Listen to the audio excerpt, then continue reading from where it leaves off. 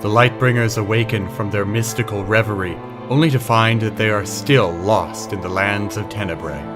Their next step towards escaping: hunt down the warlord who captured Magpie and her parents, the Iron Shadow.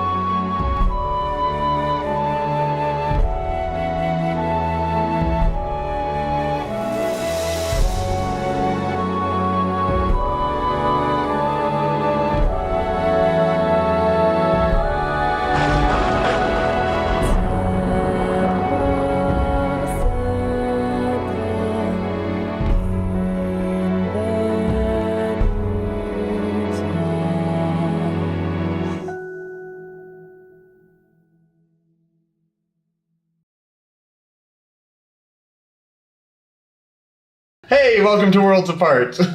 We're back with the Dark World crew with Kat, Kiku, and Jenna as Krauna, Tico, and Aceranon, and they just had a very interesting experience with their friends on the other side. So let's get right into it.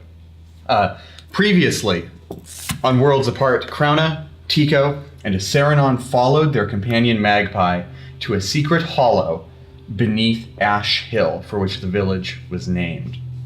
There, she revealed to you that there was an underground cave filled with not just fresh water and clean soil, but green growing plants and flowers as well. She explained that she found it about 10 years ago, before she was kidnapped, while exploring one day. And about a week later, she was visited by a mysterious elven traveler who gave her seeds and an amulet of Kieva, and she planted them, and they began to grow. And the first flower that grew in the cave was a sunflower that shed rays of light and helped all of the other plants grow deep below the ground. That day, you defended the pure spring from the corrupted dryads of the dormant ash trees above the hill, who had come down to basically protect their land from intruders.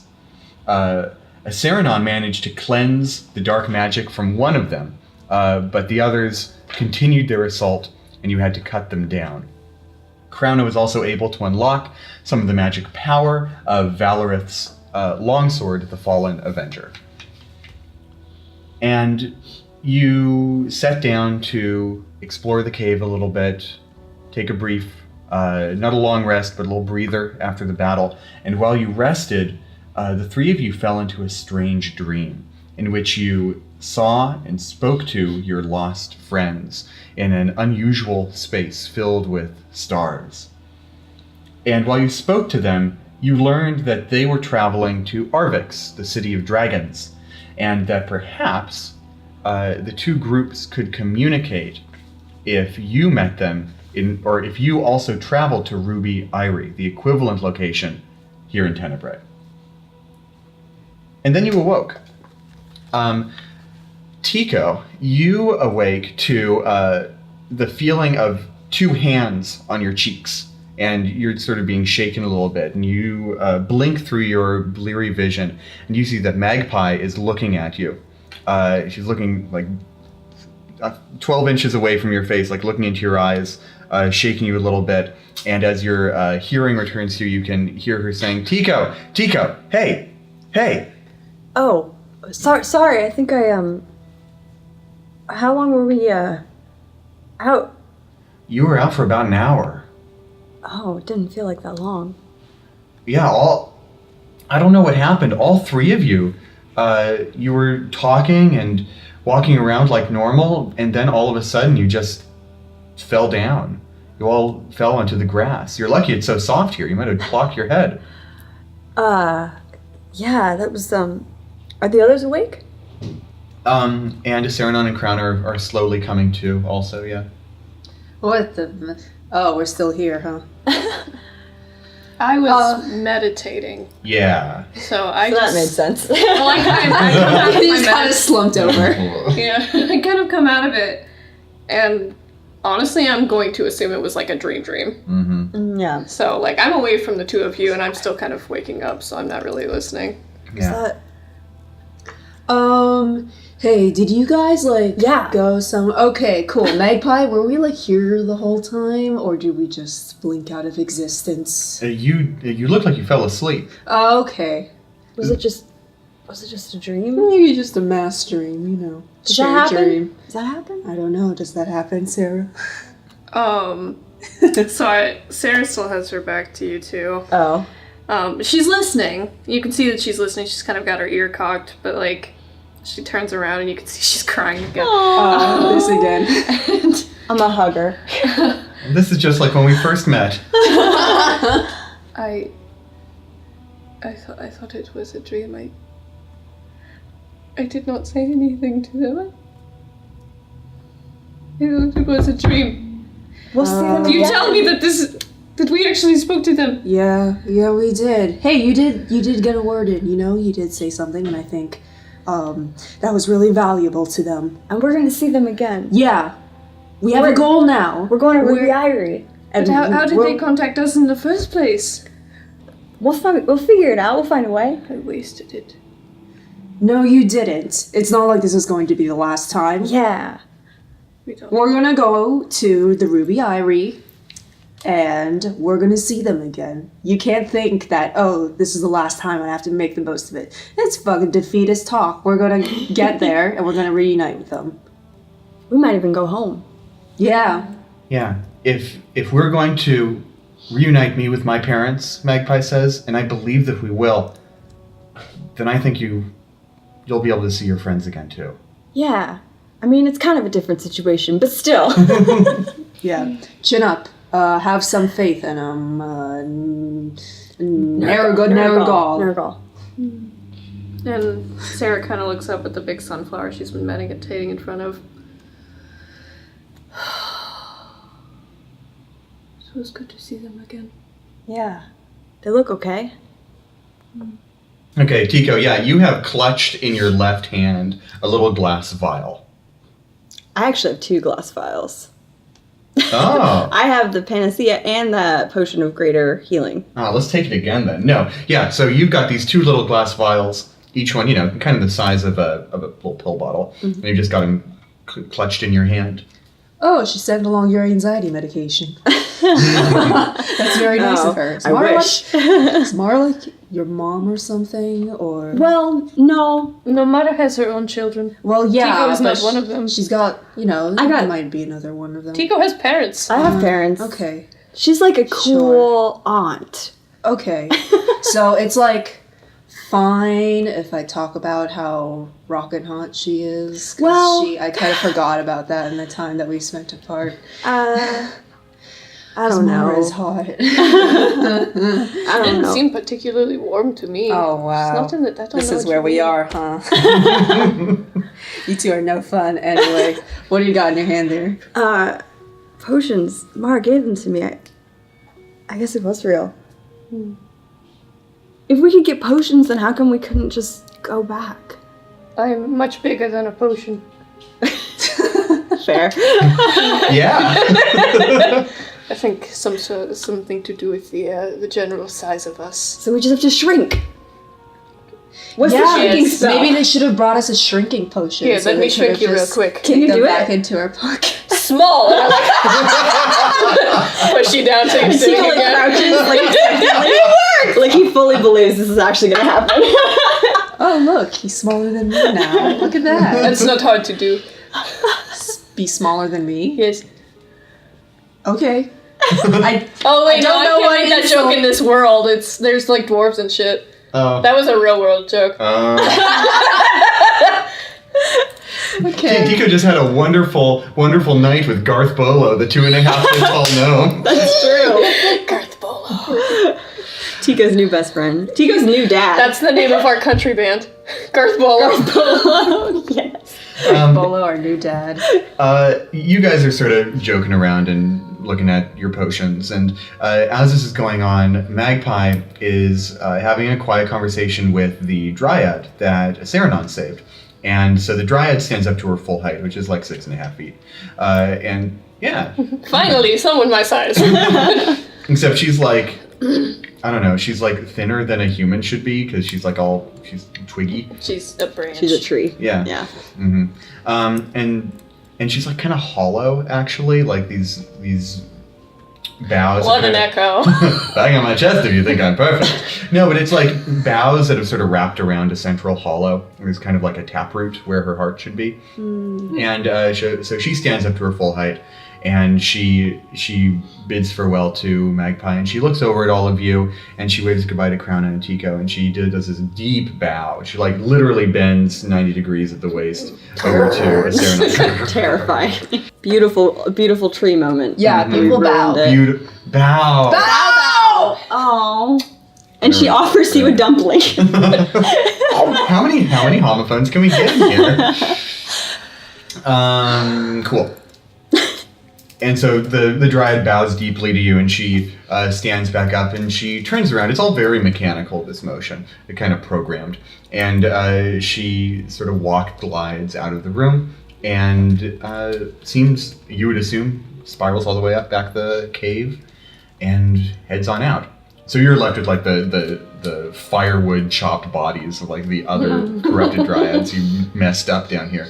Maybe we should take that. I don't know if we'll be able to. I think we should just dump it in the water to get rid of the evidence. No. one can prove. What evidence? Nobody knows where this cave is. Oh, that's true. Well, clearly someone else got in here, No, I'm these saying we guys. might need firewood if we ever camp out. Oh, yeah, alright. Sure thing. Let's see. Or it could be valuable. Yeah, you're right. We'll sell these tree corpses somewhere. I don't think people aren't gonna know that they're tree corpses. We can tell them that That's not it's the first thing that comes to mind. It's fancy hard dirt. I mean, after all, what is wood but tree corpses, Magpie says. Yeah.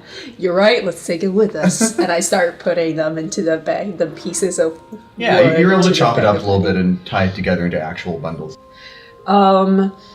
So if we want to get a move on and find that motherfucker, the Iron Magpie's parents. Shadow. The Iron Chef. Yeah, that one. What's today's The secret Iron ingredient? Shadow. If we want to find the Iron Shadow, then we should get a move on and we should tell everyone what Valorith knows, because apparently she has the deets on that particular mission. Is she coming with us? She said she wanted to. I don't know. Do you guys want her along? I do not trust her, but if her information is good, she might be a way in.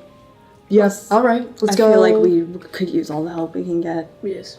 All right. Magpie, if we're going to confront the Iron Shadow, should we go to the Burgermaster and go tell him about the information we have?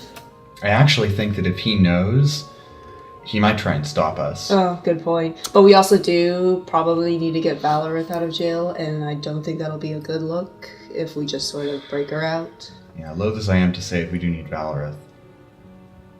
Up to you. It's your town. We could put her in the bag. Your burger. In the bag, cannot we put can't her in do the that. bag. There's no air in there. Yeah, but she can hold her breath for like a little bit. Tico, remember when you tried to step into the bag because you thought Mara might be in there and it was very cold and we had to pull you out of it? I don't remember that. I do. It was Oh my scary goodness. and bad.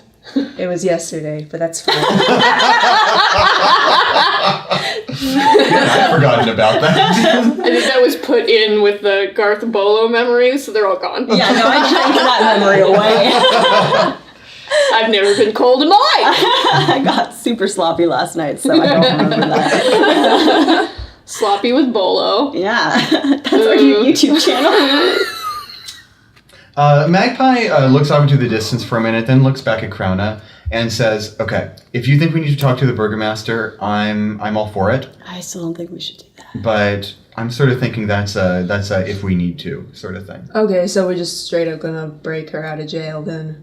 It's really not that hard to get out of jail. That's true. I mean, we've done it before. We've done Yeah, it before. we just I've done did. it a few times. You've probably done it more than us. Yeah, we got an expert in the house. Mm-hmm. And that's not And she really- pulls out like her set of like 11 lockpicks, and I still got these. All right. And that's also not really a jail. It's kind of just a closet. It's a room in an armory. Yeah.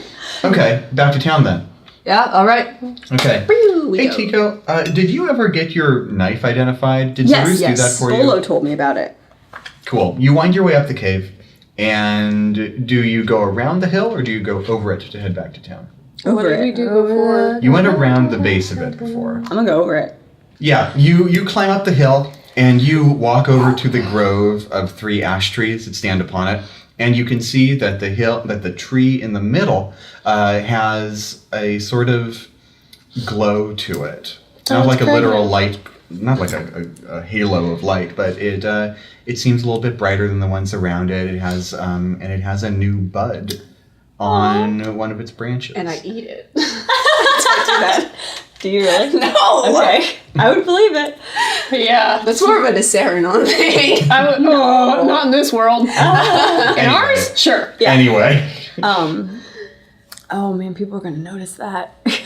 And Magpie takes a moment and just puts her hand on the tree and appreciates it, and Good tree. doesn't hold you back. Keeps on going.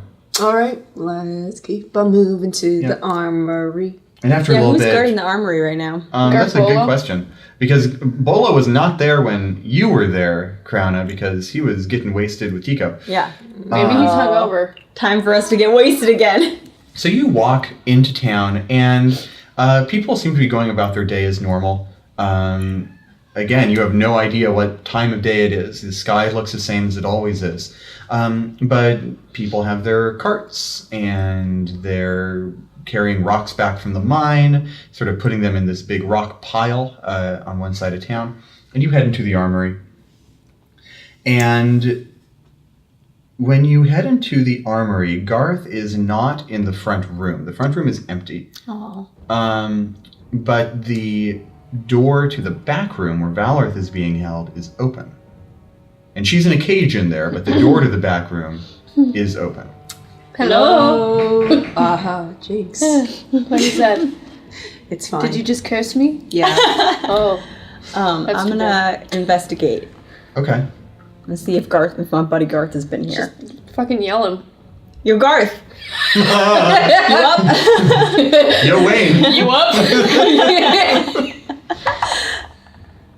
That's good. 12? Is that perception? Are you looking on in there? No, that was investigation. I was gonna see if there's Okay. evidence of Garth. Sherlock Holmes searching for evidence of Garth. You look around. It seems as though this place has not been visited all day. Everything is still sort of in the same way as it was last night. And you do hear a sound of rustling cloth from inside the back room. I'm gonna go towards it. What's up, Shrimpy? You awake? I'm gonna stand in the doorway looking out to the street. Just Like a kinda, bouncer? Yeah, a little bit. So, Tico, you don't have dark vision, but Crouna does. Is it dark in here? It is dark in there. Oh man. It's a windowless back room. Okay. And so you approach the threshold, and you can see a little bit of light sort of, trailing in from the door and glinting off the iron bars of the cage in the far end. But Crouna, you can see over Tico's shoulder, you can see a figure wearing a long robe in front of the cage. Uh-oh. And the figure stands as Tico calls out for Garth, and turns to you. And you've seen this person once before. He's kind of an older man.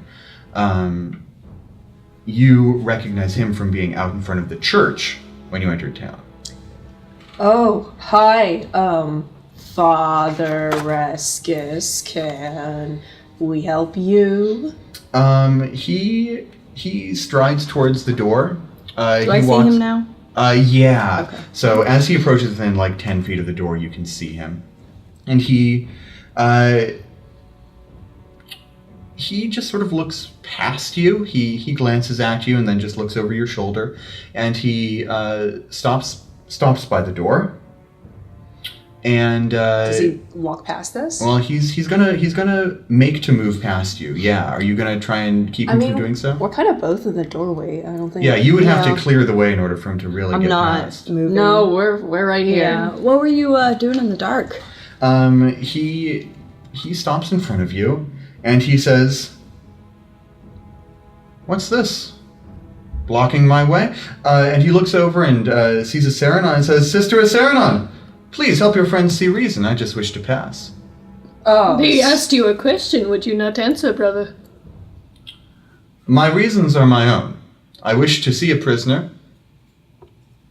That is all. Where's Garth? He's probably still out drunk at the tavern. No, that was a while ago. It was like 6 hours ago. I admit I have not seen him all day. Yeah, all right. Be on your merry Can way. I wait? I wanna insight check him. Very good. Ooh, I'm I actually wanna good do at that too. insight. I'm not. I already know he's shady. I don't need to inside check him. 17. Whoa, Wow. we're both like You do that look that you give each other in public. Like, we're gonna talk about this later. He is definitely hiding something from you. About that's for Garth? sure. About my best friend, Garbo. your best friend. About his intentions with the prisoner. It's unclear what exactly he's being shady about, but this, I was specifically insight checking him not knowing where Garth is. he seems genuinely unsure of Garth's location. Okay. That's all I care about. You can insight about everything else. Okay, sure. Yeah, he just seems eager to get past you and completely unwilling to answer your questions. Oh, yeah, all right. Later, didn't mean to hold you up. And you step out of the doorway. Yeah. Cool. And he brushes past. Are you there? Are you No, I step out of the way. being a bouncer? Okay. I'm mostly making sure that Garth Bolo doesn't come in while we're doing our dark machinations. And he strides past you, and he turns and inclines his head a little bit. I don't know if anyone else has noticed. I've made this kind of the formal Okay. thing for Narragaalians, at least. Yeah. I Because think. Catholics do the sign of the cross. Did we do that when we? Yeah. So I did to he him. does at the least. same. Yeah. It's gesture. specifically middle finger out. Middle finger. Ooh. Middle finger out. Yeah. Good. Mm. Yeah. So he bum. Yeah. And he turns and his cloak billows a little bit, and he heads back to the temple. That was weird. Huh. Nice cloak, though. Very dramatic. I kind of look out into the square and then I close the door behind me and I turn around. So, I spoke with him last night. Oh, yeah? How'd that go? I do not trust him. Oh. Me neither. Really? I got real bad vibes. Isn't he just... I mean, like, I don't like this look of him either, but I thought you guys were tight because of the whole religiosity thing. Our religion, we are responsible for caring for the souls of the dead, making sure that they pass over peacefully. Sure. But we do not seek out death itself. We do not revel in the act of killing. But he seems overly intrigued by how desperate times are here. It is unnerving. It is not within the good works, as it were. Yeah, I don't like that. Let's avoid him. I hope he doesn't come back. Anyway. He did ask me to join him on a journey. Oh. Are you going to? I do not want to, but I do not know how to turn him down politely. Journey to where?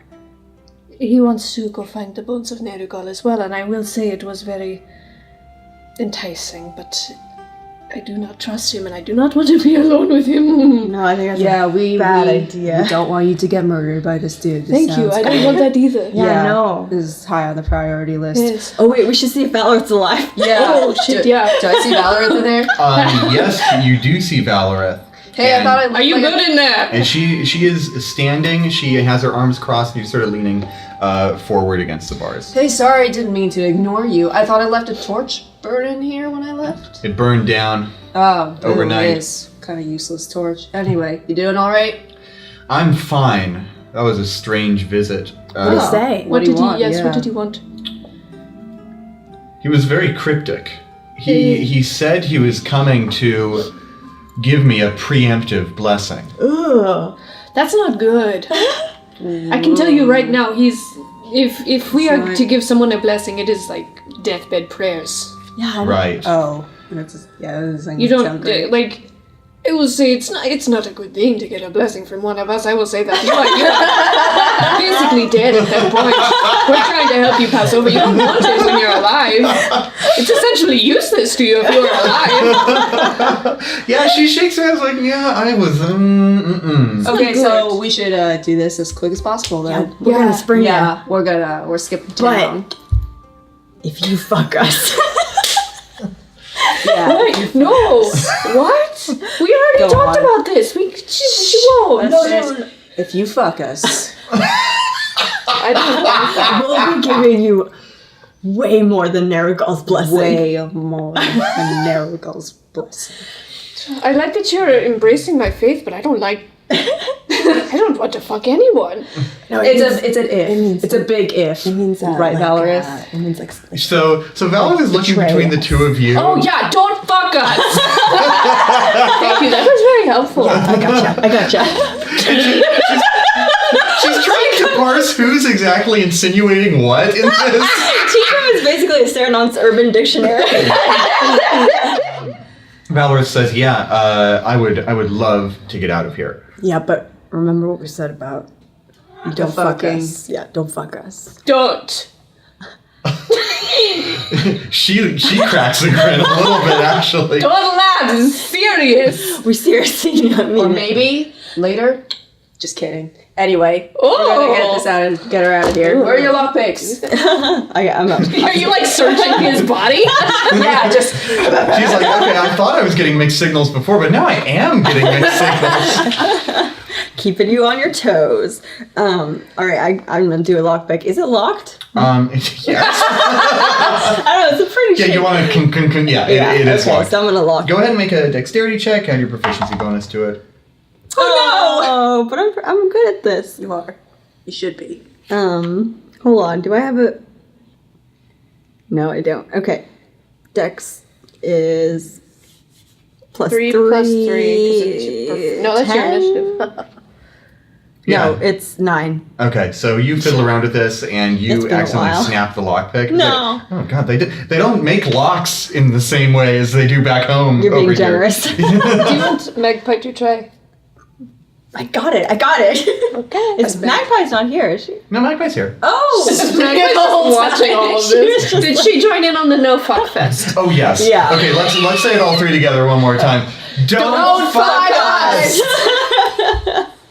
We do a pose like this. Grab that sound clip and just put it at the beginning. That'll be our little episode. Can we all do a pose with it too? Like, Don't fuck us. Fuck us. It's like how you two are doing this and she's doing this. YMCA. Don't fuck us, please. Okay, Magpie can try it because I only have 5 lockpicks. Okay, Magpie actually has been in the front of shop searching this whole time, and she pops out from the front room and says, "Found it!" And she's holding the key in her hand. Oh, that would have That been makes way sense. easier, Yeah. Sort that of makes twirls it sense. around her finger a bit. I'm kind of Gloss in. surprised a very auspicious man such as Garth Bolo does not carry the key with him at all times. what does that mean? What does auspiciousness have to do with carrying a key I was making a around? joke. He I was don't drunk know as what fuck. Anyway, It's probably better to not be carrying the keys when you're drunk as fuck. That's true, but maybe he would think that he could double lock it. Can we accidentally. unlock the... yeah, Yeah. Magpie unlocks the cage. Okay, but we gotta be real. Do we still have those magical manacles? Yeah, her hands are still bound. Okay, cool. The same ass manacles? Yeah, those same ass manacles. Yeah, we're just No, they're recycling. hand manacles. Okay. And she looks down at them actually, and she says, "Okay, but if I'm going to be helping you out, I'm going to need these off." Not until we leave the town. Yeah, Yeah, let's probably get out not of until we this. get there, honestly. Okay. Because we gotta be real fucking sneaky. Yeah, not suspicious. Don't be suspicious. Don't be suspicious. We do that right out of town. Y'all want to make a stealth check? With advantage. Wait, do we have anything that could help us with this? Absolutely not. Are you kidding? I think I have disadvantage. Krana could give bardic inspiration if she wanted to by singing. Don't be suspicious. I have the Cloak of Elven Kind. Can I give that to her? Yeah. And then she could hide? Yeah. Okay. I'm going to give her my cloak. Well, we don't want her to hide from us. No, but we're going to keep an...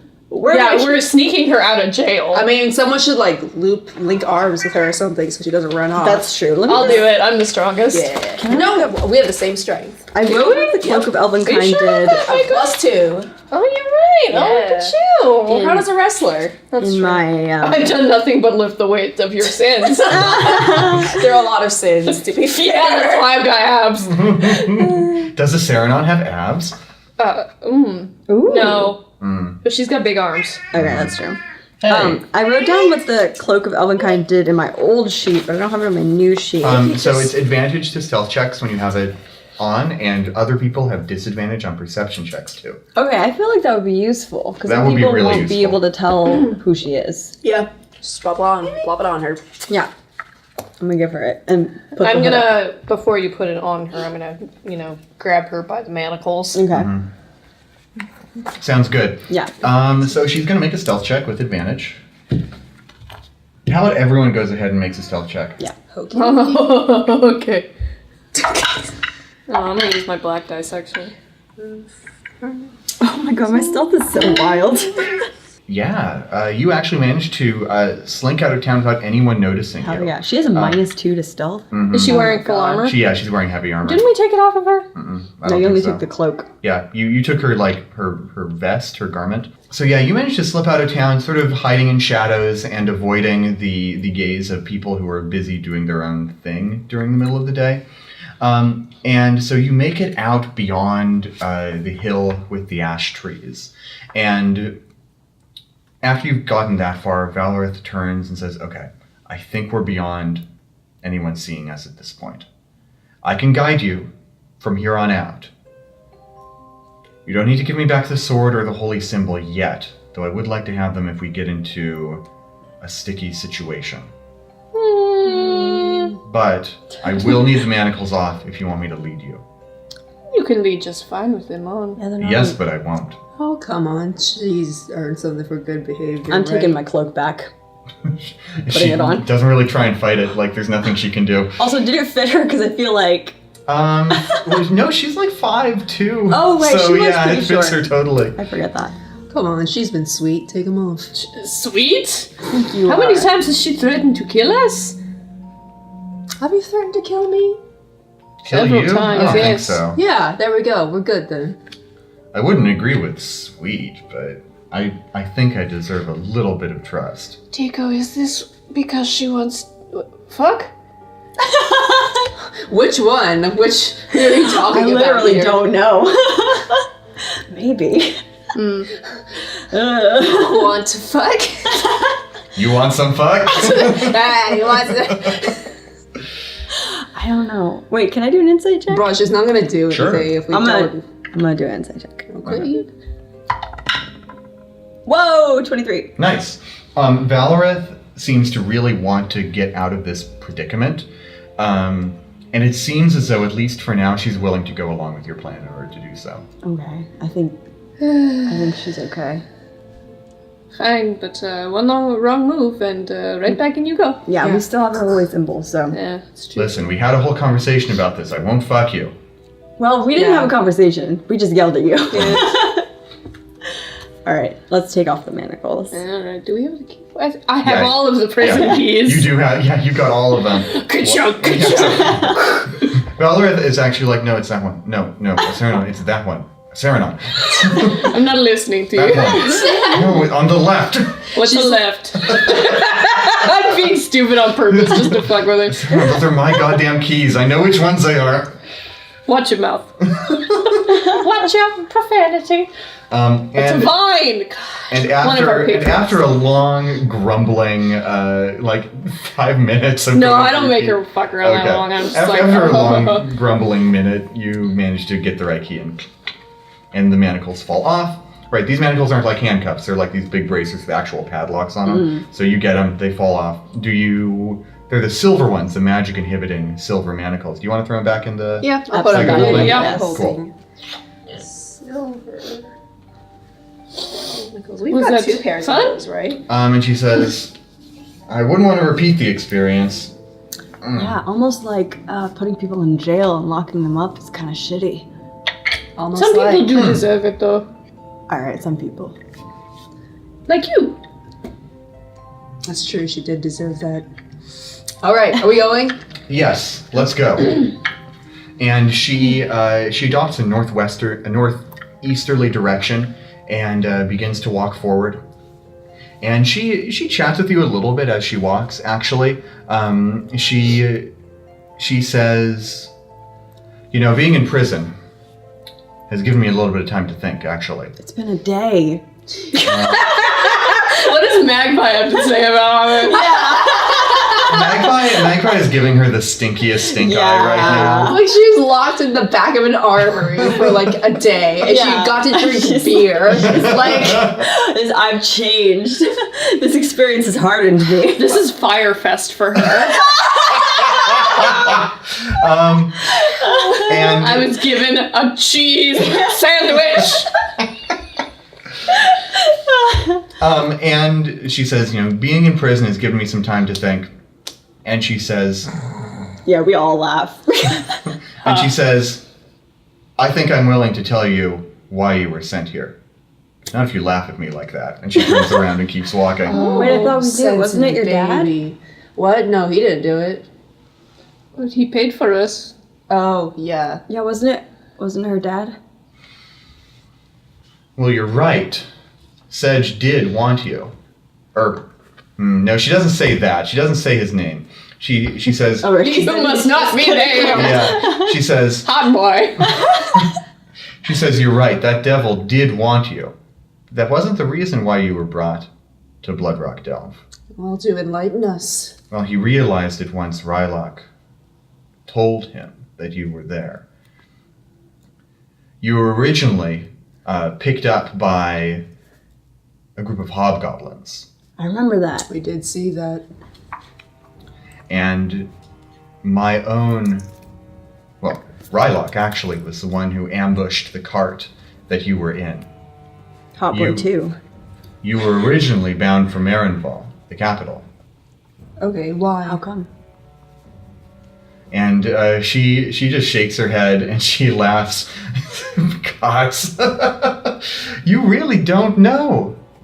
That's why we're asking you. Please answer. It's just remarkable because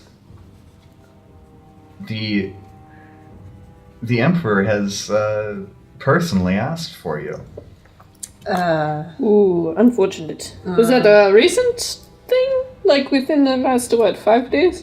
I'm no expert on military installations up in the mountains, but that mountain that you were found on, Renault's Anvil, and it has been the site of a major construction effort over the past several years. Past 10, 15, I'd say.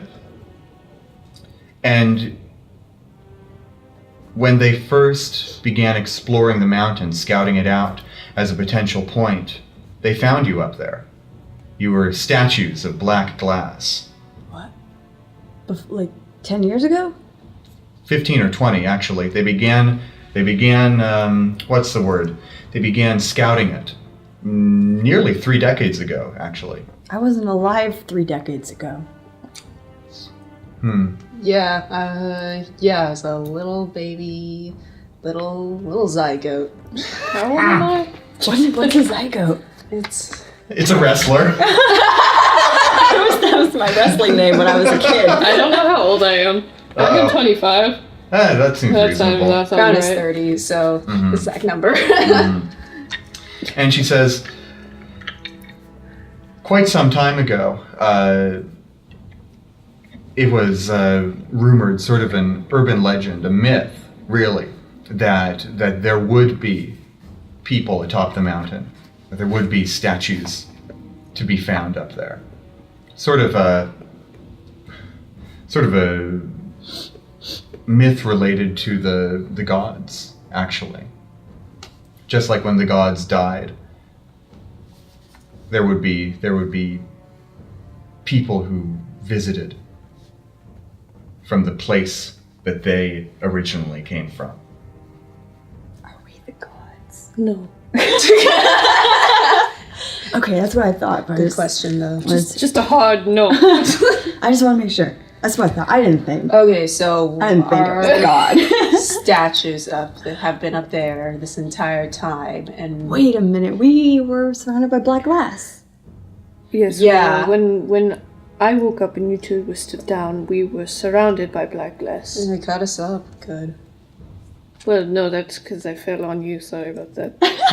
Oh, Did we like bust out of a statue?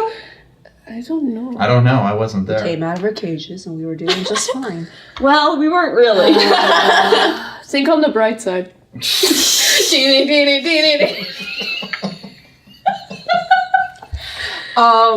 So once, we appeared as like not statues, then the Emperor wanted us delivered to him. It's been a long-standing order, actually. Emperor Why- Renaud took over from his father, the previous emperor, long before I was born, before my parents were born, decades ago. And when he was made emperor, his first decree was to find the people who were born of black glass. Why didn't he just take the statues and haul them down there? I don't know. Hey, How did they know exactly when we would be up there? Because when we woke up, there was someone approaching. yeah. I can't tell you Why not? because I don't know. Why not? Think of all these questions. Do you talk to Renaud? Like, do you? Mm-mm. Oh. No, You don't I'm have his not. I'm not number? nearly high-ranking enough to speak with the emperor himself. Well, then how do you have all this information? Because this sort of thing is commonly known. Yeah. So we were being taken to Marinval to the Emperor, and then Rylock intercepted. Why Exactly. did he do that? Yeah. Well, because he thought that we could make an even greater profit by selling it to the emperor personally. Oh, one. Okay. We were hoping for a cut of the glory. That seems, That seems like a bad idea. yeah, it seems like kind a of. real bad plan. Oh, it's a high risk, high profit, I guess. Well, what can I say? Rylock and, by extension, Lady Carnelian's ambition knows no bounds. Lady Carnelian's the vampire, right? Just Yes, gonna go around that's and say it. absolutely She's a right. vampire. I can't Yes, lie. she's the leader of Ruby Irie. Rylock answers to her. Okay, and then Sedge found out through Rylock. Wait, This are we is allowed Don't say long his name. name. Don't. I don't It's want to fine. see it again. Whatever. He's my dad. Sedge. Dad. And from over the hill to hear what is us? I'm on the toilet. Fuck off. So does Renaud and Lady Carnelian, do they fight? Like, are they fighting? Lady Carnelian is actually, she's a vassal of Renaud. She's a local governor. She commands this entire province because, heaven knows Renaud can't do it all himself. Okay, so then Sedge offered more money or whatever, so you guys were gonna sell us off to him. I don't know and the then what specifics of the deal, but something swayed Lady Carnelian's mind. Okay, well, that's one more thing we'll have to find out whenever we get there. Yeah. I want to see. I'm going to talk to Lady Carnelian. No, you don't. Oh. I kind of do. And you can't just say no, you don't, and make my mind change like this. Do you want to be a vampire? Do I? I don't know. I'll have to get back to you about that. Kind of a bad lot in life. Well, it depends on your perspective, I feel like. Magpie's giving you the look, and Valorith is giving you a look. She kind of shrugs and says, "I don't know. Lady Carnelian's hot. I think all vampires naturally become hotter when they become vampires." Well, I can't get any hotter than this. I don't think I get any. I She think just I laughs at gained. you. Oh, mean! I don't think I gained anything from that kind of deal. Yeah, okay, never mind. I think I'll opt out. I put my hand against your forehead. You don't feel warm. What is this hot you keep saying? Are you sick? You know what? We good. Let's just keep going. Is this a fuck thing? Lead us on! Darling, isn't it always a fuck thing? No, never. Yes! Let's go. Yeah, and she continues onward. And you travel for really quite some time. The journey is monotonous and strange because of the unchanging sky. But what does change is the horizon. As you head farther and farther northeast, you get closer and closer to the ocean. And Does you... it smell good? It smells very salty. Nice. Yeah. It smells like home. Mm-hmm. Oh. And yeah, that sea breeze washes over you, and just for a moment, this whole world seems a little less terrible. But as you look out, you get closer, you're on top of this sort of big hill. And you crest this hill, and beneath you is a large valley that dips into a peninsula. And on that peninsula is a ring of stone, like a large tower that has since sort of collapsed in on itself. And within that ring of stone, you can see several mud brick huts that have been built within it. And at the very edge of the ring closest to you, you can see these two massive gates that have been made of petrified tree trunks that have been bound together. So you say we're at the ocean? You're on a hill probably about a mile away from the ocean, but you can see the water spreading out beyond this peninsula. So from here I can see the coastline? Mm-hmm. Does it look familiar? Good question. Go ahead and roll nature for me. Nature. Okay. You should be good at that. Natural one. I cursed it. I jinxed you. You're like, what is that? Is that a, Yeah. is that a lake?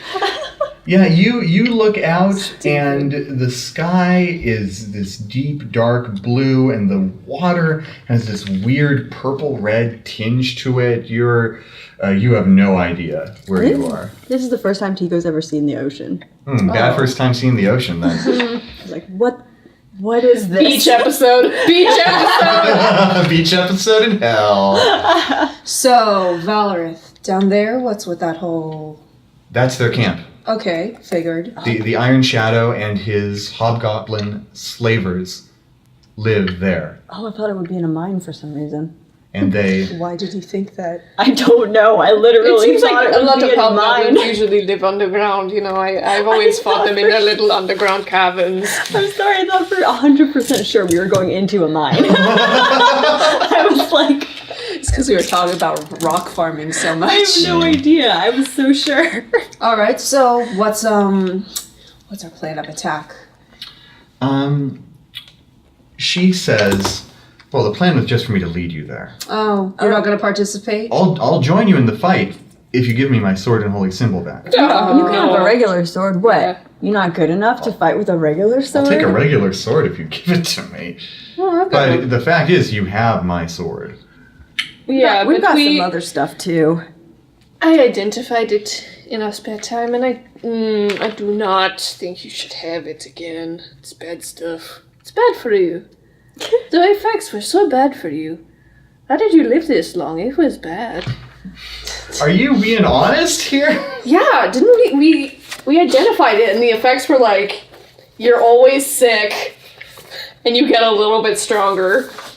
No, that was the spine. Yeah, that was was the it? spine. Yeah. But then what were the effects on No, the it was sword? like 2d10 extra damage to fiends and undead. Oh, I thought. Oh, that's right. I wanted it, but it's a paladin only thing. Yeah, but goblins aren't fiends, are they? No. Never mind. Nix all that. I thought it Demons was. and devils are Alright. fiends. I was You don't being need that. sincere, but I forgot it was.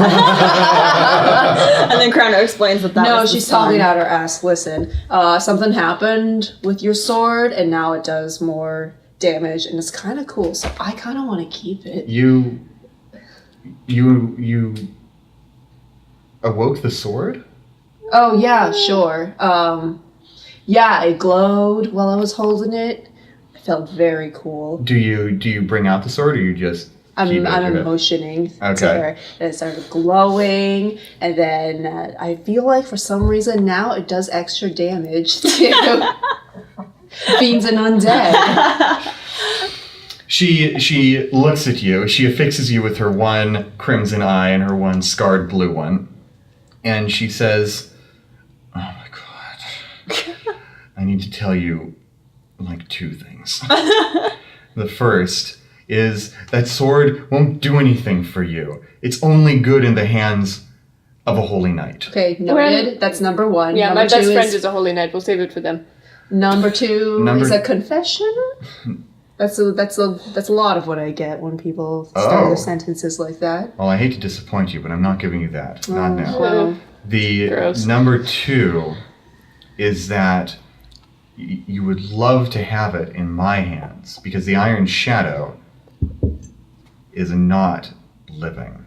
Listen, I've got spell after spell against the undead. I think we're good. What is he? Is he some kind of zombie? Because I can fight that too. He's a ghost knight. Oh, gross! I can kill that. The Iron Shadow leads raiding bands from atop his skeletal warhorse. He has a suit of armor that is inhabited by a specter. He was once a hobgoblin, but he traded his life to devils in Kailumbra for power. See, I don't like any of that. We gotta get rid of that right now. yeah, let's do it. You know what? I don't think you've earned this sword yet, but here's a rapier. You need to do more chores. You can have this. Maybe if you prove yourself to not fuck us this time, then you can get your sword back. Maybe. She raises her eyebrows at you. And she says, "All right. Sure, I'll prove how useful I can be to you. Just watch. I can Just give you watch back and your see." shield at least. Sure, I'll take it. 'Cause Just look and see how useful I can be to you. Start singing.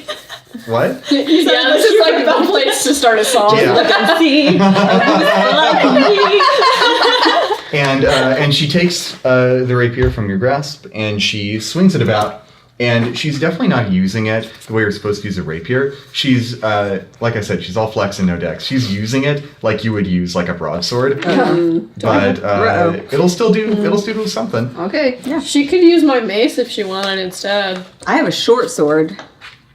Do you like say that aloud? Yeah. Do you offer it to her? Yeah, I mean, if you are more comfortable with a mace, I have one of those too. And Tico said he just had a short sword. She sheathes the rapier and sort of slides it to her belt and say, "Let's try the mace." Okay, but be nice to it.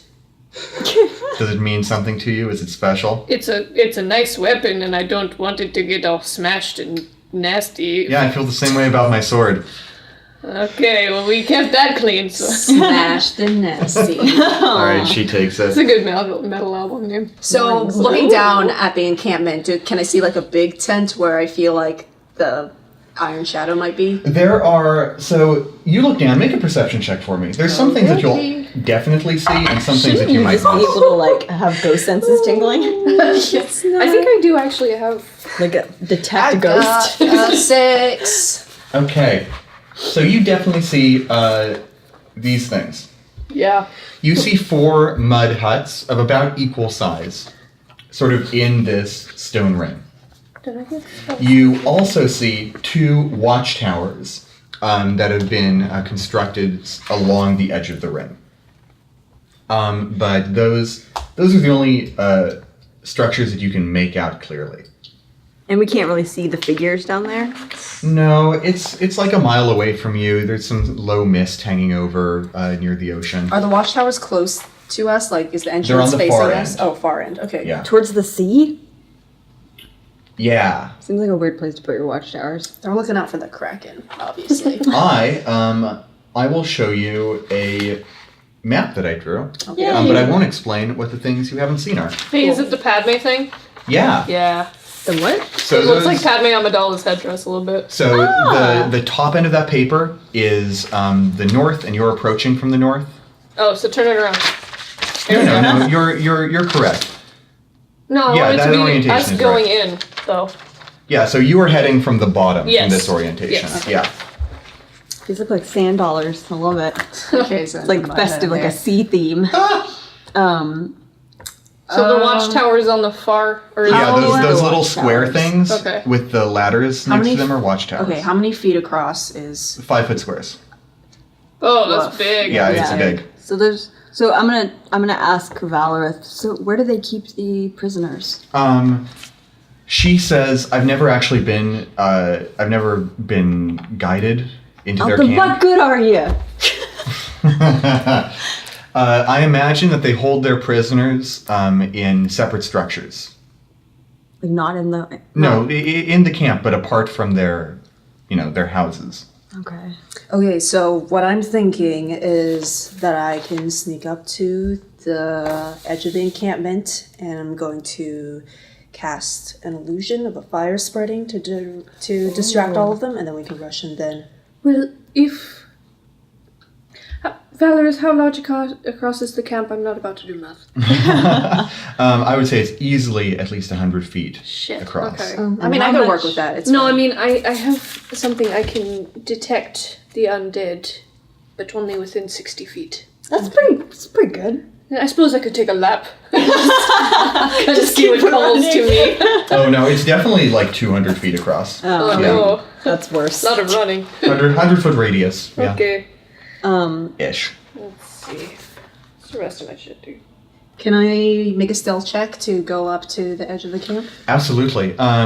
So you're about a mile away now, and you can head down the hill to get there.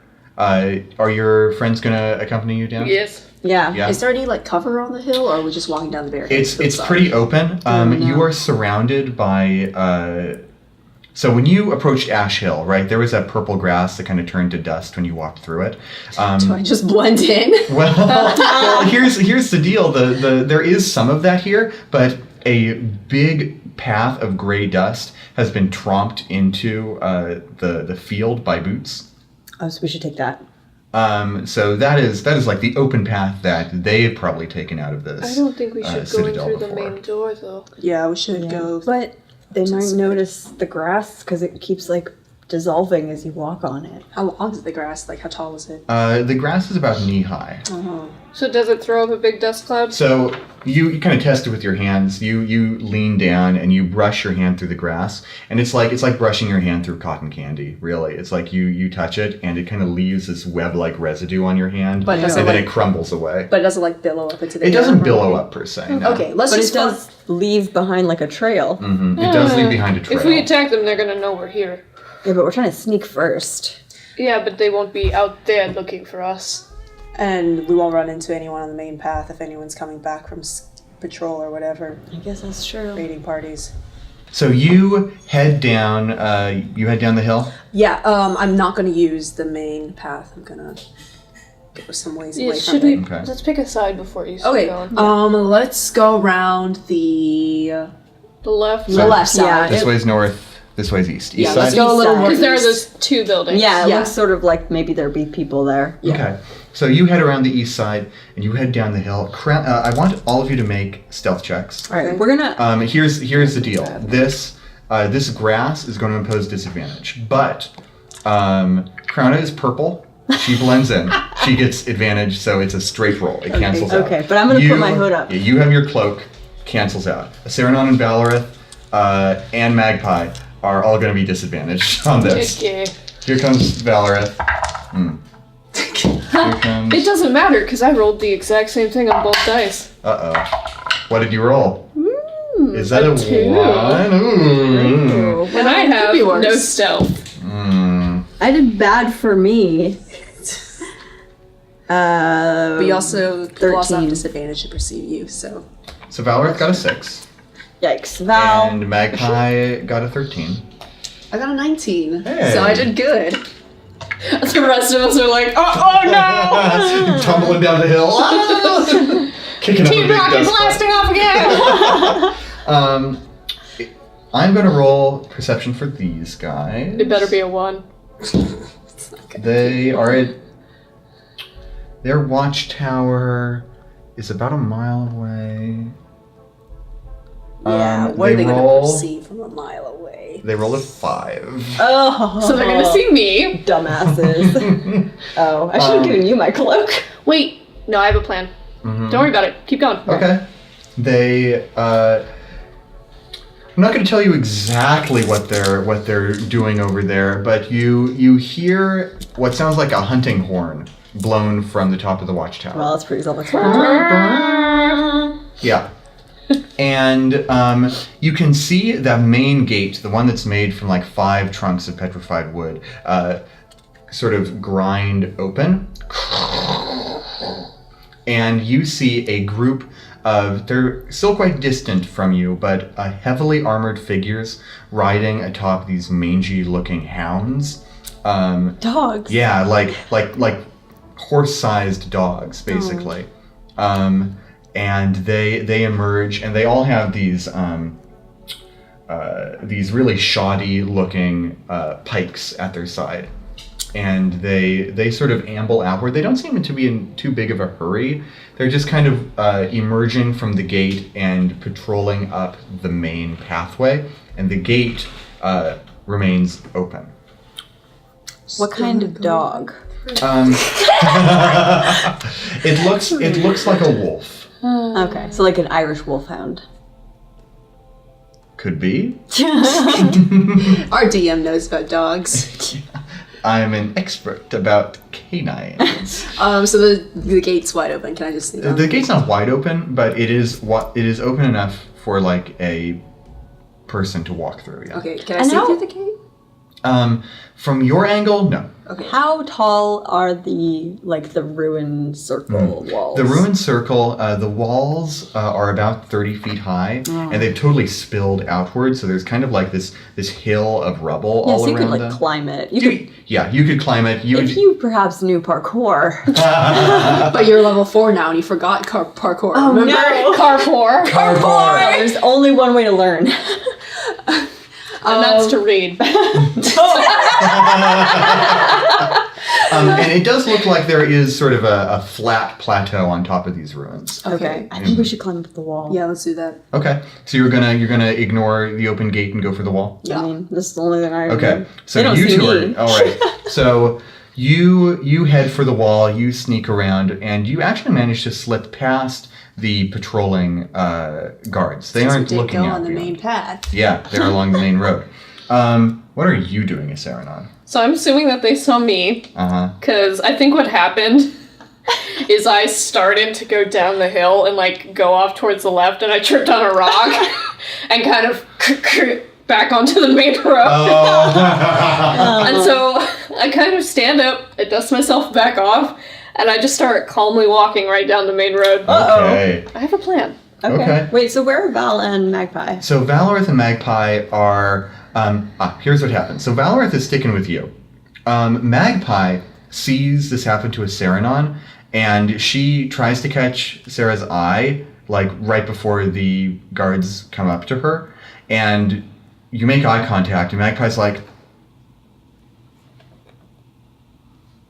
okay, so Magpie's following up the rear of your party, but she is constantly looking over her shoulder just to see what's going on with the Asaranon. Have we noticed? Should I do a perception check Yeah, to go see ahead. if I noticed that Go ahead. Sarah's not here? She is the biggest of you. That's true, but she's behind us. Yikes. Where'd she go? That's an 8. I'm not even asking at that point. I'm just like, it's fine. We're concentrated on climbing up this wall because Yeah. Tika forgot. Sarah would enjoy a wall. Wonder where she is. Okay, so I'm going to start with the wall climbers, and then I'm going to come over to Asaranon. So you get to the bottom of this this rubble-strewn ruin. Yeah, can I specify, we're going, right here, right? Okay, so you're kind of heading right at that first Just long behind building. the bend of the buildings enough so that we can't be seen by the gate. Absolutely. So this... Have you ever climbed up sort of a 45-degree slope before? Yeah. Yeah. I think we did it at Gasworks. Oh yeah. So this is like that, except it's free of grass. It is covered in rocks of various size. Some of it's just pulverized gravel. Others you can see actual intact flagstones kind of hanging around. So I'm going to ask for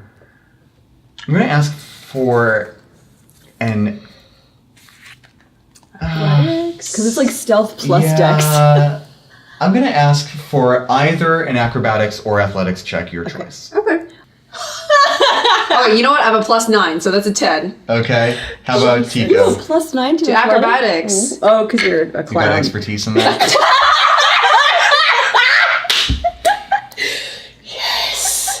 You destroyed me instantly. I'm not on the show anymore. I've been vaporized. You just Thanos'd Cat. This is the second time she's made that joke to you. Is it? The jester pin. Oh, that's true. That is You have to true. get this. And I was like, oh, what? You're right, though. That wasn't an insult. I just No, I think have the +9 to acrobatics because of my gladiator background. Okay. You went to clown school. That's what a gladiator is. I don't know what to tell you. It's a clown that kills. Don't all clowns kill. They just don't always tell you about it. It's Pennywise school. I hate this. Okay, well I got a 22. Okay, so here's what happens. Tico, you scramble up this rock face. Yeah. How do I do? Here's what happens. Are you acrobaticing? Or Acrobaticing. Cool. So you try and do the same thing Tico did. But you get about halfway up the slope and a rock that slid down as Tico climbed. Oh no, blame it all on Tico. Tumbles down and gets you right in the gut. And it knocks you back down. You tumble back down a little ways. And you're actually going to take 1 damage. Oh, that's not so That's bad. for a 10? Yeah. Damn. It's a hard climb. Yeah, this is a hard climb. Crowna, do you want to give it another shot? I am going to give it another shot. Get a 4. 16. Okay. Okay, I thought that was a 1. Yeah, Crowna, you manage to scramble up and get to the same place as Tico is. You're about halfway up this wall right now. You're perched on part of what looks like an entire wall that has kind of sunken into the gravel mess. It's kind of at an angle. There's like a little window that you crawl upwards through, and you're just standing on this incline. I'm going And to it's- surf this back down later. It's only about 10 feet more to the top of this platform. Okay. Can we, dash? Yeah, actually, it's not so much harder anymore. There's a lot of solid rocks. You can just sort of climb up like stairs. You just up. You make your way to the top. Aceranon.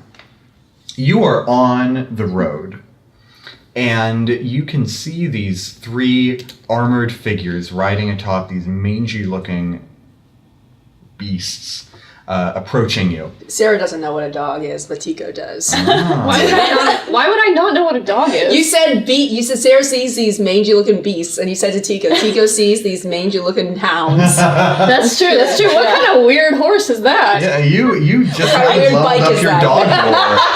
I don't hate it as much as I usually do hate horses. I hate this less somehow.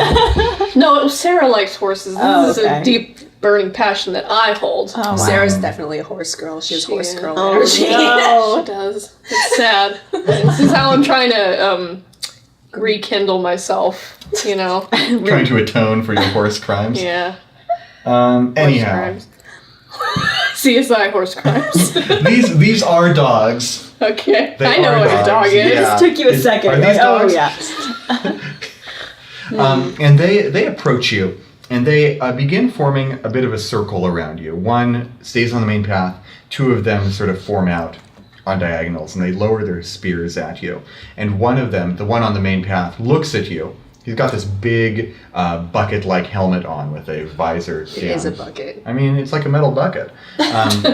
And he flips up the visor, kind of like this grating, like a football. He flips up his visor, and you can see this face that looks like an orange hairless cat. Oh, right, I forgot that they're all hairless cats. You've got these huge wrinkles along the forehead, and these big yellow eyes glowing out, and these sharp, gnarled fangs kind of pointing out of its mouth. And it looks at you. And you can hear this growling deep in its throat, but it doesn't ask you any questions, and it doesn't move forward at all. It's just kind of growling and holding its spear out. Hail. I am from the Temple of Nergal at Ashiel. I have come to make peace. Make peace. Well, if not peace, then at least negotiate some leeway. And all of them begin laughing like this. When was the last time you had a real meal? Ooh. Make a persuasion check. Take advantage on that. Yeah, baby. Persuasion, you say? Uh-huh. How charismatic are you? None. I'm none charismatic with left beef. I have inspiration left over from last time. I'm gonna use it. Alright, go for it. That's much better. Okay, 19. Oh, wowee. And this shuts them up quick. And this hobgoblin closes its mouth and takes a few steps forward on its wolf towards you. And it hops off. It uses the spear to hop down. And it is in this full plated armor with this rusty sort of chainmail hanging out at the sleeves. It trundles towards you, and it looks like you tower over this guy. This guy's like 5.5 feet tall at most. And he walks with a hunch too, so he's lowered. He looks up at you, and he says, What are you talking about? What do you want to arrange? Do you know what kind of powers the priests have in our realm? Do you know how your food is made? We have prisoners that make the food. It's... we get enough. Yes, well, in the village, we priests, we make food. It fills you. In a way I'm sure that your slop here does not.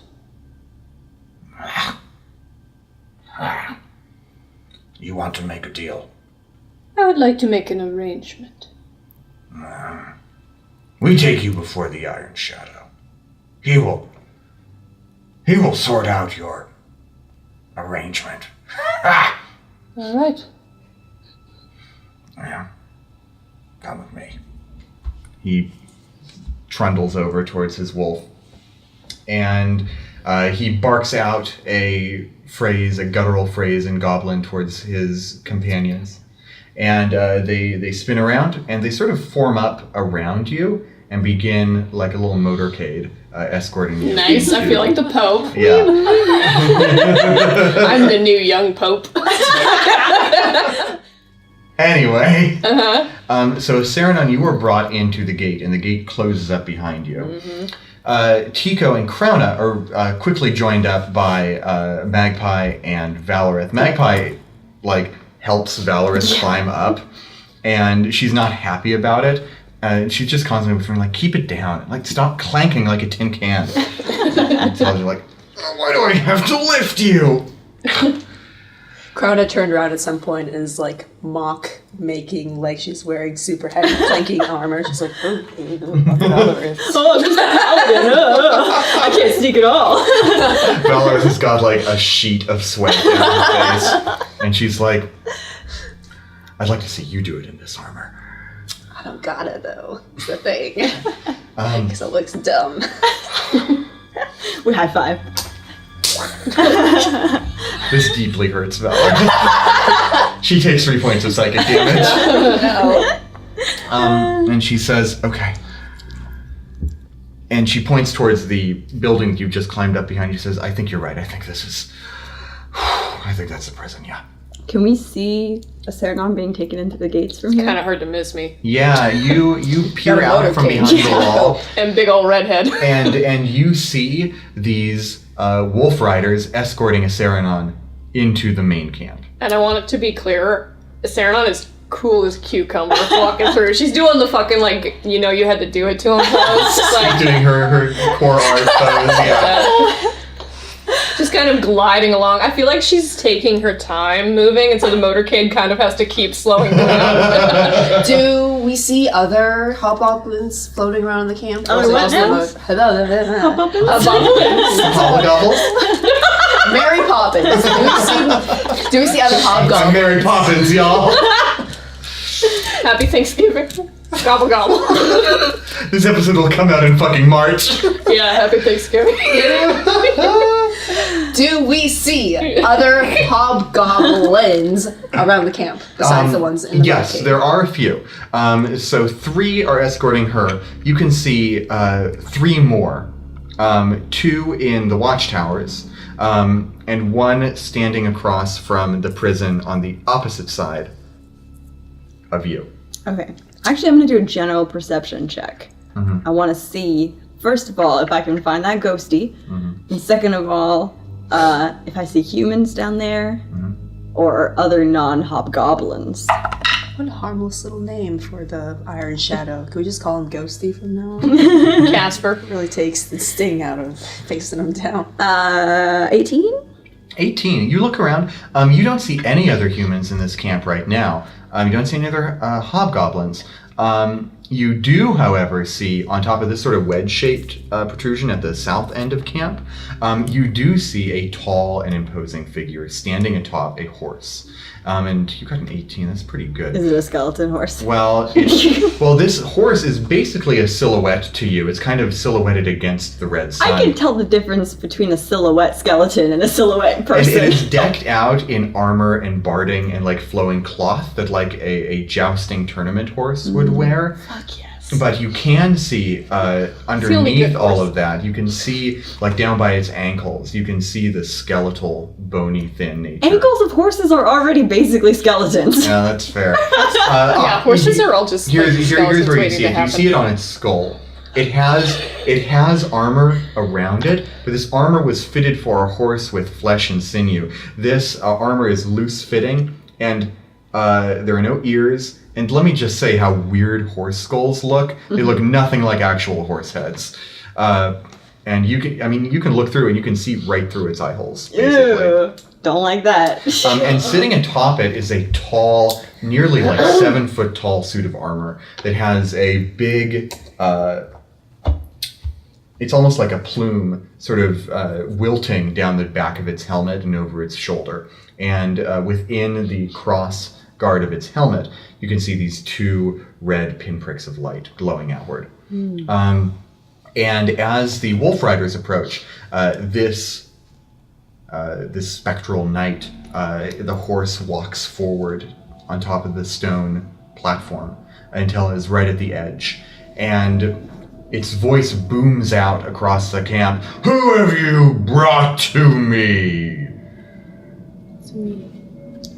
No, don't. I know this is a thing for the DM. Oh, okay. Crown a razor. This is a cat statement, yeah. So there's 1 hobgoblin in each watchtower. What's the entrance like into each watchtower? There is a ladder that's at a just slightly steeper than 45-degree angle. It's like it doesn't have bars. It has sort of like flat footsteps on it. Okay, it's a ladder. Yeah. And how tall are they? The watchtowers are about 15 feet tall. Oh, well. I mean, there are a total of like 45 on top of this wall, but yeah, they're little. And the Iron Shadow's on top of that wedge Yeah. thing. It's probably too far away for me to cast that. Okay, so I'm going to cast Phantasmal Force. I'm going to craft an illusion that takes root in the mind of a creature that you can see within range. A target must make What is their the range of intelligence- Phantasmal Force? It is 60 feet. 60 feet will not get you to the Iron Shadow. Okay. It will get you to one of the Wolf Riders if you want to aim it at them.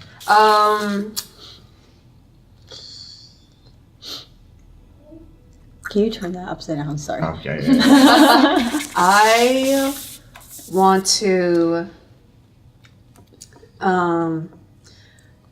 I want it to be seen by one of the goblins in the watchtowers. And can I make the subject of the phantasmal illusion see something that's like far away, or does it have to be right behind? Oh, right next to interesting. them? That's an interesting. It could be cool. All it says is that the illusion can be no larger than a 10-foot cube. Yeah, I think you could have it see something on the horizon. Yeah, Okay. like out in the water. Yeah. Oh, like an invading army. Yeah. Or Ghost Kraken. ship. Kraken! Do you choose what it is, or is it just like their deepest fear? I choose what it is. You choose what it is. Ghost ship. Okay, what is it? What's it gonna be? It's the Iron Shadow's dad. Come on this instant! They're out in the water. One of the hobgoblin of that tower is going to see a bunch the sea start roiling and boiling, and like some horrible like mangled looking tentacles like reach in and up out of the water, and it sort of like moves closer and closer to shore. Cool. Love Pacific Rim. Cool. So does it Yeah. instantly deal damage, or is he Knife edge gonna just comes react out for a the moment? He has to make an intelligence saving throw, Okay. I don't think that's a hobgoblin strength. and Wow. Yeah. it'll You hear for the each round on my defensive- turn, the phantasm can deal 1d6 psychic damage to the target if it is only if it's within 5 feet of the phantasm. It's far away, so Okay. it won't. It deal makes damage. intelligence save. It gets an 11. Nope. So what happens? Tell me what happens to this guy. He's sort of looking around. He's keeping an eye on Sarah, watching in and out of the corner of his eye. He sees this sort of eldritch monstrosity out on the ocean. And he freaks out and he starts like ringing the bell or blowing the horn or whatever it is, and be like, "Everyone needs to get out of camp," and etc. Yeah. So he blows the horn, and he starts shouting something in Goblin. So I don't think any of you are going to understand that. But he starts shouting and gesturing wildly out towards the ocean. And the wolf riders around you immediately break formation. Nice. They start shouting and they start hollering. And they begin running around sort of the perimeter of the camp, trying, sort of banging on the edges of the mud huts. And some other hobgoblins come crawling out and looking around. And the Iron Shadow stands pretty placidly on top of his rock. And you can't tell his expression within the helmet, but he very slowly begins to turn the horse around. Cool. He doesn't get all the way around. He's very blasé about it. Well, he's a ghost. I guess he's fine. Yeah, but the rest of the camp is in chaos. Yeah, so everyone else is distracted. So whoever wants to go next, take advantage of that. Yeah. I should probably get the fuck out of Dodge. I want to do a perception check and see if there's any openings near me that I could run into that aren't full of hobgoblins. Yeah, so you're in the middle of this wide open camp. It's all sort of packed earth, wilted grass and all of that. Here are the exits that you can see around you. There's the main gate, which is closed. The northern exit that goes underneath that wedge of rock the Iron Shadow is on are mostly open, but there are some palisades that have been made out of spears propped up against rocks. But they're facing out. You're not going to like spear yourself on these things. There are also 3 staircases, 2 that lead up onto the ring platform that your friends are on, and 1 that leads up onto the opposite one. But you don't see us. Sarah's right-handed. She's gonna go to the right. Okay. She goes to her right, which is that away one. from your friends. Cool.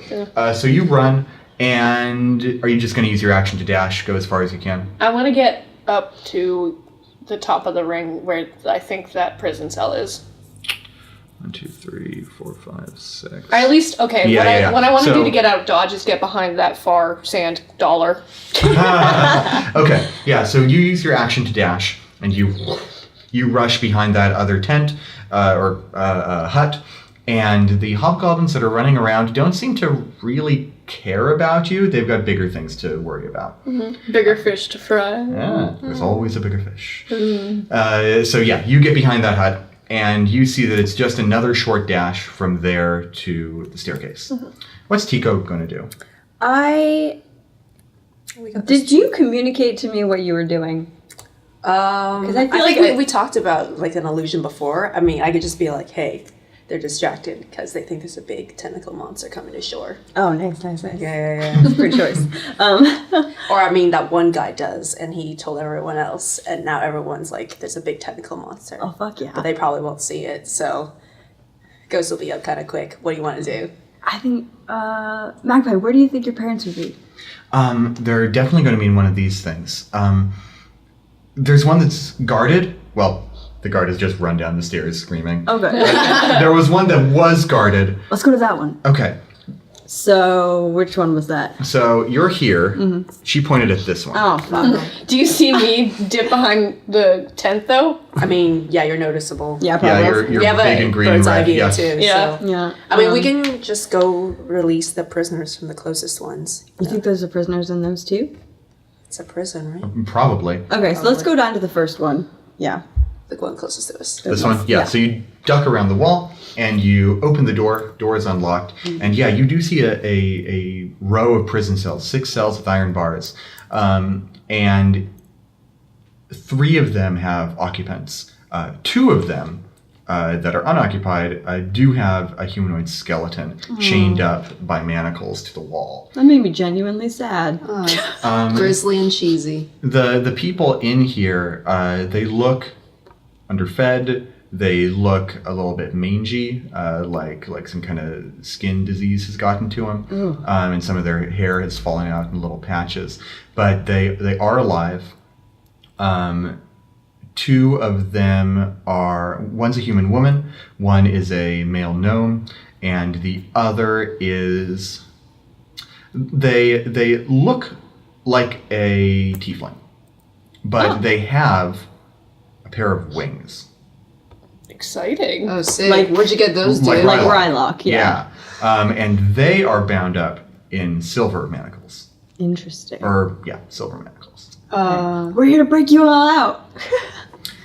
They jump to attention as best they can. They're kind of lethargic, but they stand up and they are, hands above their heads, bound to the wall.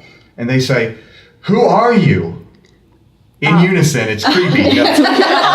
And the human woman says, "Who are you?" We can talk about that later. Let's go. I'm gonna try to unlock it. Okay. Okay. You go ahead and make a Thieves' Tools check against the lock. Okay. So, yeah. The cage lock. The cage. Okay. Thieves' Tools check. So What that's advantage? So you're proficient in Thieves' Tools, Yeah. so it's dexterity plus proficiency, Okay. basically. Well, you can unlock them. That was but- quite a roll. No, it was a real roll. That was a real roll. Yeah, it just went in a weird direction. I will answer your question. I am a Crown Glory Fortune. Hallelujah. Tell Do you your friends. business Tell their cards? friends. I wish. I should invest. 19. 19, yeah. Click. And And who's the guy? I'm gonna try to unlock the handcuffs. Yeah. That's Tico. Same check. He's great. Hey, 20. Not natural. Very nice. Yeah, you managed to. So this human woman falls down. You can see that her wrists are a little bloody from being strung up like that. And she falls to the ground panting. She unsteadily stands to her feet. She says, "Crown Glory, Tico, thank the gods that you came here. Let's get the others out of here." Yeah. There are all of the other prisons. They're full. The one on the far end, it has warriors in it. The people that they captured in battle. We were just taken in raids. Hell yeah. Let's go get them then. Okay, and the Cambion, like Rylock is it has a beard, this bushy black beard that kind of sticks out in all directions, ungroomed. Its skin is pale white, almost like Valorith's is, and he has what looks like sort of snaky, serpentine black tattoos sort of coiling up his arms. Rad. Yeah. Okay, I'm gonna make a lot of lockpick Yeah. checks. Go ahead and just make 4 for me right now. Okay, well, can't Magpie help with this? Oh yeah, that's a good idea. Go ahead and make 4 for me now, just because I assume that some of them aren't going to work. So Magpie's going to go for it also. Wow. Well, that's one. She rolled 3 16s. Holy shit. Yeehaw! She's just click, click, click. Yeah. How about you? I got a 24 and a 13. 13's not going to do it. Okay. That's 2 7s. Wow. Plus 5 is 12. 2 12s. Give it to me one more time. Okay. 14. Okay. 14 is going to do it. 13 was the cutoff for not making it.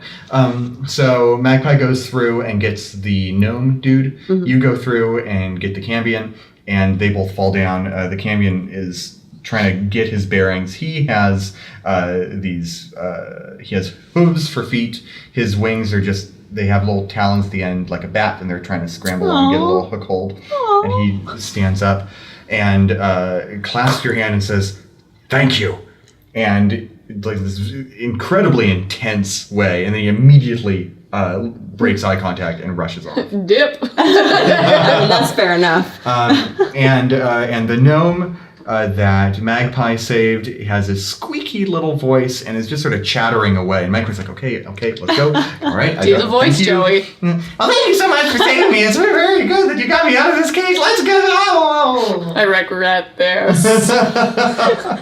Was he okay at the end? Yeah. That was Magpie yeeting him out the door. Whoa! No, don't throw. You get these prisoners to safety, and Crowna, make a perception check for me, please. Okay. Okay. 30. No, I don't have the good perception. 10. Okay. You don't see anything else. You make it out of the prison, and we go to a Saranon. Yeah. So you are behind the mud hut. El tent, yes. What are you up to? Gonna go up to the prison. Okay, you dash up to the prison. Damn, just throw your shit, huh? Rolling. You dash up to the other ring wall, and when you get up there, the Iron Shadow has pulled back on his reins. The horse has reared and whinnied this awful whistling noise into the air and turns around while the horse rears up and settles back down on the ground, turning out towards the ocean. And raises one gauntleted hand and shouts out a command in the goblin language. And it seems to echo out throughout the entire camp, and a stillness falls as hobgoblins skid to a halt. Many of them have already fled out of the gates. But the 4 hobgoblins remaining in the camp stop dead in their tracks. Some of them are like trying to get out the gate, like, and they turn and look at the Iron Shadow, and this armored creature turns around once more back to the camp and says, "You've done very well to scare off the lion's share of my soldiers, whomever you are." And you can see his gaze turning towards the prison where prisoners are fleeing out of. Oh no. Crowna's busy carving some graffiti into the stones. Just crowding the big old crown. Which is why she didn't notice whatever she was supposed to notice. She's like, what? Hey, quick question. Has the phantasmal forced hobgoblin been killed by psychic damage? Well, he gets... No, because he has to be within 5 feet. Ah, you're right. So he has just fled out of here. Not a very good guard. And the Iron Shadow says to you, "I do not know why you have invaded my war camp. I don't know not why you challenge my sovereignty. But if it is a challenge that you give, then it's a challenge I accept." Good, because we are here to challenge you, and that's because we heard you're kind of hot shit, and we can't let that stand because we're hotter shit, so... I'm not here for this. Yeah, I'm like hiding around. Tico is still hiding. Crowna can step out, but Tico's not. I was in front of the prison doing my graffiti, so I've been noticed. You've got no probably. other choice, basically. And the armored figure laughs, and he says, "What fighting spirit? If you wish to challenge me, then step into the arena and face me." If you want to be my fighter. God, how many arena battles do you get to do? It's all she knows. Yeah. And But usually he, you don't get the opportunity. the horse takes a few steps back and then leaps with the sort of wispy mist trailing behind it as it does so. And it lands, it skids in the dust in the center of this encampment. And he just stands there. So the fled hobgoblins, do they look like any of the ones who already left camp are coming back? No, only Okay. the 4 who are currently in camp seem to be staying. Cool. Oh, hell yeah. Can I act? Yeah. Cool. I'm gonna cast heat metal on. The Iron Shadow's wearing armor too, right? Yes. The horse is also wearing armor. Yep. I'm gonna cast heat metal on the armor of the Iron Shadow. Okay, roll initiative. Okie dokie. Me too, Let's or? get Yeah, this is that us? spread. Yeah, let's all get in this Okay. Oh, initiative. woof. Okay. Not bad. Iron Shadow. Oh my gosh. Okay, that first one's the Hobgoblins. I'm gonna be juggling books today. Hee-haw.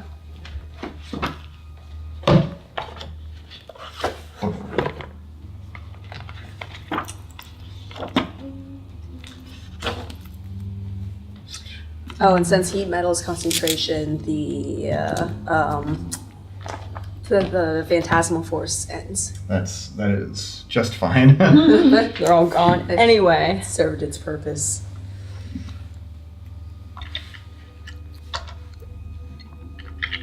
So I'm gonna tell you what just happened. I rolled kind of this silly cocked die, and I was gonna be like, oh, that doesn't really count. It was a 2. I'll give it another try. And then I rolled for real, and it was also a 2. So I'm like, ugh.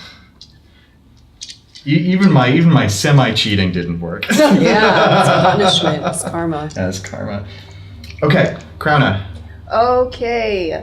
Any creature in physical No. Sorry, your initiative order. Oh, it's a 9. 9 for Crowna and Tika. 17. Hey. Oh, you go first then. Oh, And Saranon. this. 16. Hey. It's harder when it's on the Superman. Okay, go for it. Oh, no, I should stick with initiative order. Yeah. Current order has Tico Okay. up and a Saranon on deck. All right, I'm gonna try to sneak behind the building that I'm in now, because Crown's in front of that building, right? Yes. Okay, I'm gonna try to sneak behind it and go to the next building. Cool, sounds good. Make a stealth check. Okay.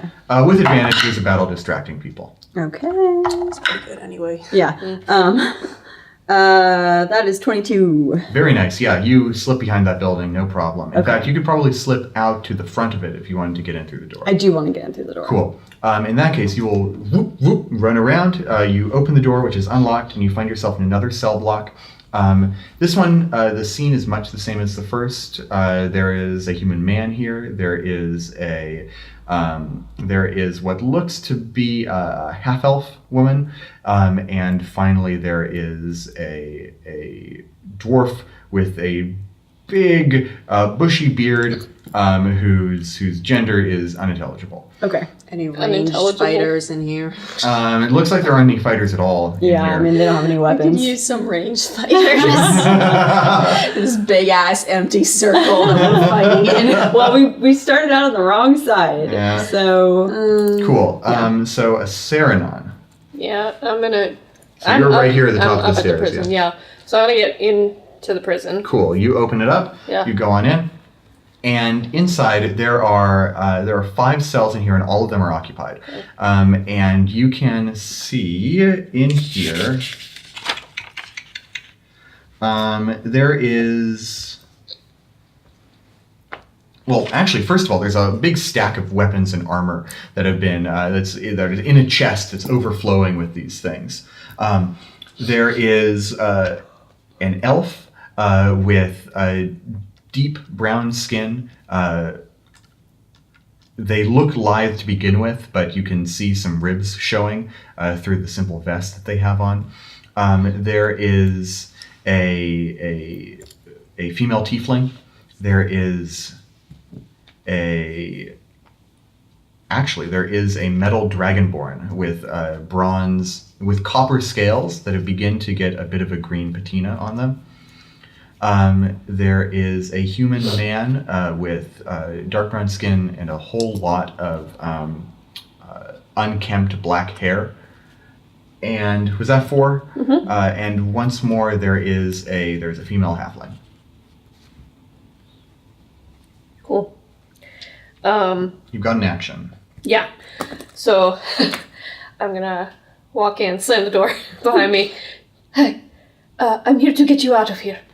How? I'm gonna break down the door. I've got a big warhammer, and I just need everybody to stand back because I don't have any lockpicking skills, but I can maybe smash you out. If I pass weapons through the door, can you smash yourselves out? They look up at their hand. Oh, that's right. I forgot about that part. That was me forgetting. Yeah. That's a Jenna mistake. Yeah. Y'all's Classic Jenna mistake. So yeah, I'm gonna start. I'm just gonna work my way. Start at the beginning with the elf. Just gonna try to smash open the door. Sarah's trying to Make a smash. strength check. Yeah, how big are these cages? Well, I'm trying to hit the lock. Go ahead and make an attack roll then. Attack roll. With your warhammer, yeah. Okay. 19. Hey, yeah, that's a hit. Roll damage against that lock. Okay. 1d8. 10. 10. Yeah, you smash the lock clean off of the cage. Which one are you going for? I was starting with the elf Cool. man and then working your way down the line. Yeah. You got it. The elf gasps as the sound rings through the entire jail. Yeah, sorry, going to be loud. and they nod and say, "Whatever it takes to get us out of here, I'm here for it. Just don't crush my hands." Oh, yeah, that's going to be hard, isn't it? She says that. The elf just kind of grimaces, actually. That brings us to the hobgoblins. Crowna, you're on deck. And the 4 hobgoblins who are around here are... Let's see how their morale is doing. First one is fine. He's been swayed by the Iron Shadow, as has the second, third, and the fourth. Oh. They have been brought around by their leader. So there are 2 right here currently. I'm not going to mark it. There's 2 right there. That's fine. I'm also realizing that by saying right there, I have completely alienated our audience. So there are 2 in the southeast passageway out. Okay. There is one by the gate to the north, and there is one very close to where Saranon was hiding behind that hut in the northwest. So yeah, they're there. Okay. They're there. Yeah. Let's see. One of them is going to run towards the staircase, making a break for the prison that Saranon is in. The 2 that are over here, one is going to run towards the southeast staircase, towards the watchtower. One of them is going to run out into the middle to be by the Iron Shadow. And the one over here is also going to run towards the middle to be right next to the Iron Shadow. And do they have any ranged weapons? Yes, they have a longbow. A Saranon can't be hit, not going to shoot. This longbow has a range of 150 feet. 2 of them are going to shoot at Crowna. Goody. Good thing you have all those hit points. Yeah. One is a 10. No. The other is a 13. Nope. Yeah, so these 2 arrows, you can hear them whistling as they pass by you. But they just clink into the stone of the buildings. And that is the Hobgoblin's turn. We are on Crowna now. Okay. Crowna has started walking towards the Iron Shadow. Like as these arrows whistle by her, she doesn't even look at them. She's like dragging sudden death along the ground, and like sparks are coming off the stone. she casts. She does her full movement and she casts heat metal on the Iron Shadow's armor. Yes. So he has a saving throw. He doesn't. Oh shit. Nope. Yep. If the creature is holding or wearing the object and takes damage from it, the creature must succeed on a Constitution saving throw or drop the object if it can. I don't think it can drop this armor. No. Strip. It takes like a minute to take it off too, right? Yeah. Okay. Okay. Yeah, give me that 2d8 fire damage. Wahoo! Wahee! Motherfucker! No, that's not too bad. Yeah, that's 6 damage. 6 fire damage. Okay. And I can use each of my subsequent turns to repeat that. As an action? Yes. Cool. So you Oh see... no, until a bonus action. With a bonus action. Nice. So you can see this metal glow red hot, and you can hear these groans of increasing discomfort coming from within. Oh no! We're gonna snip That's not that one, and we're gonna use it as our censor noise from now on. So every time we say "fuck" in this episode, we're gonna hear. Joey, that was something. The scaly triangle. Stop! No one's gonna get that one. The scaly triangle. Kiku, protect me! No, she's on my side. You killed me. I can't. It's the death. Massive damage. Okay.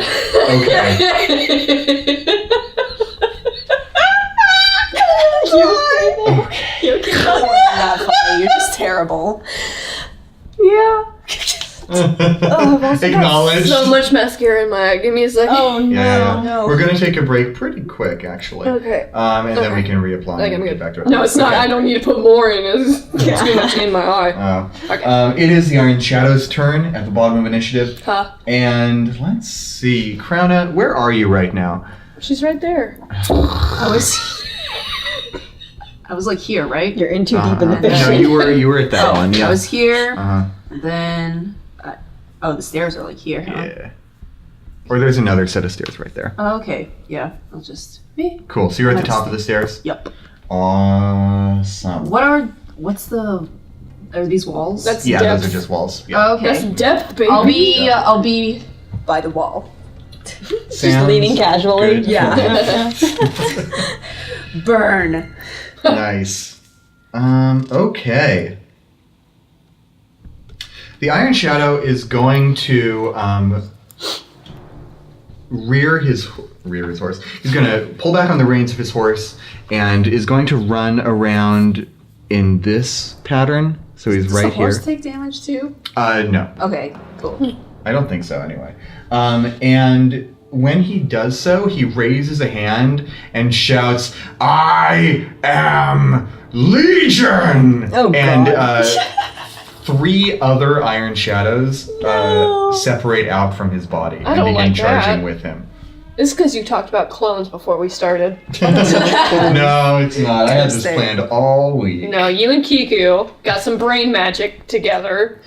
Well, now, as you stand facing 4 hobgoblins, now, as you stand facing Bobbins. 4 Mary Poppins and not 1, 2, 3, but 4 Iron Shadows. Where are they? There are 4 of them? 3 Yeah, separated 3 out of from them. you. Oh, okay. Oh. We're gonna cut to break. No. Oh my god. Why would you do this? All right, I didn't catch you after clone the him. break. See ya.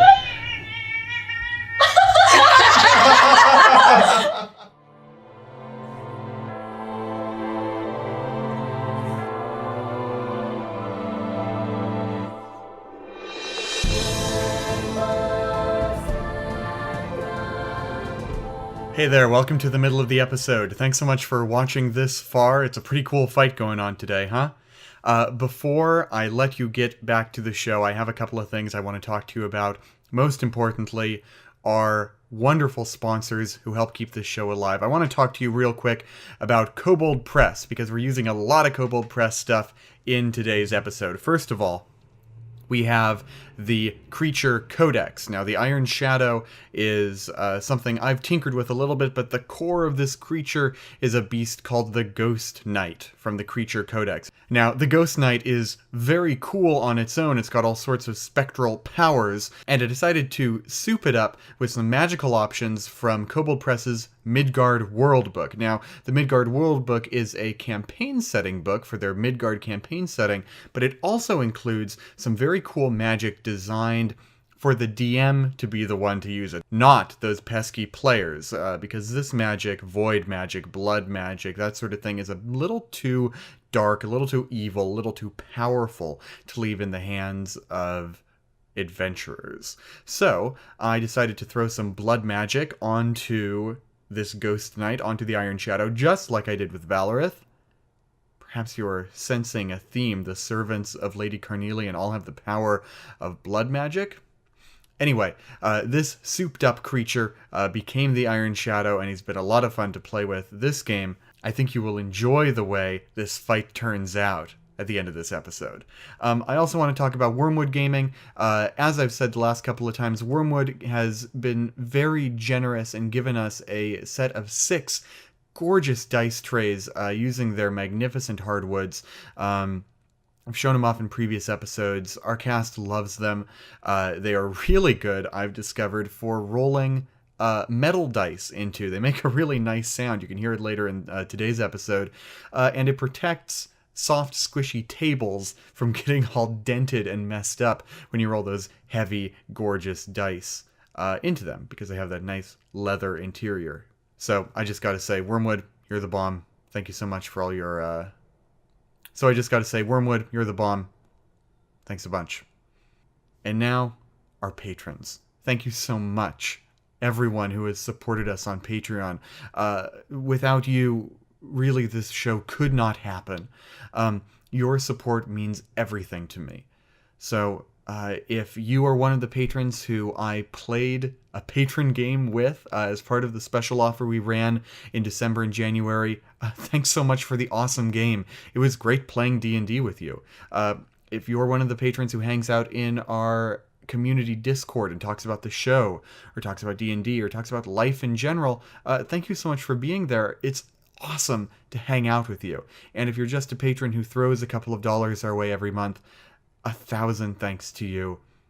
You're really helping keep the lights on over here at Worlds Apart, making sure that we're able to pay for our equipment and art and music and all the things that make this show a lot of fun to watch.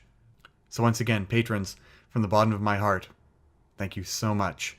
Okay, without any further ado, let's get right back into the episode. Let's get right back into the action. Let's get right to the end. See ya.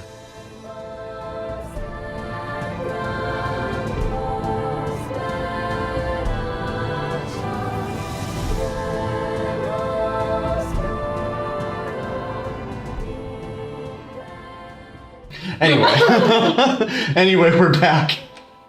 Oh, and we're back in the middle of combat. You just started fighting the Iron Shadow and the few remaining hobgoblins who stayed in the war camp.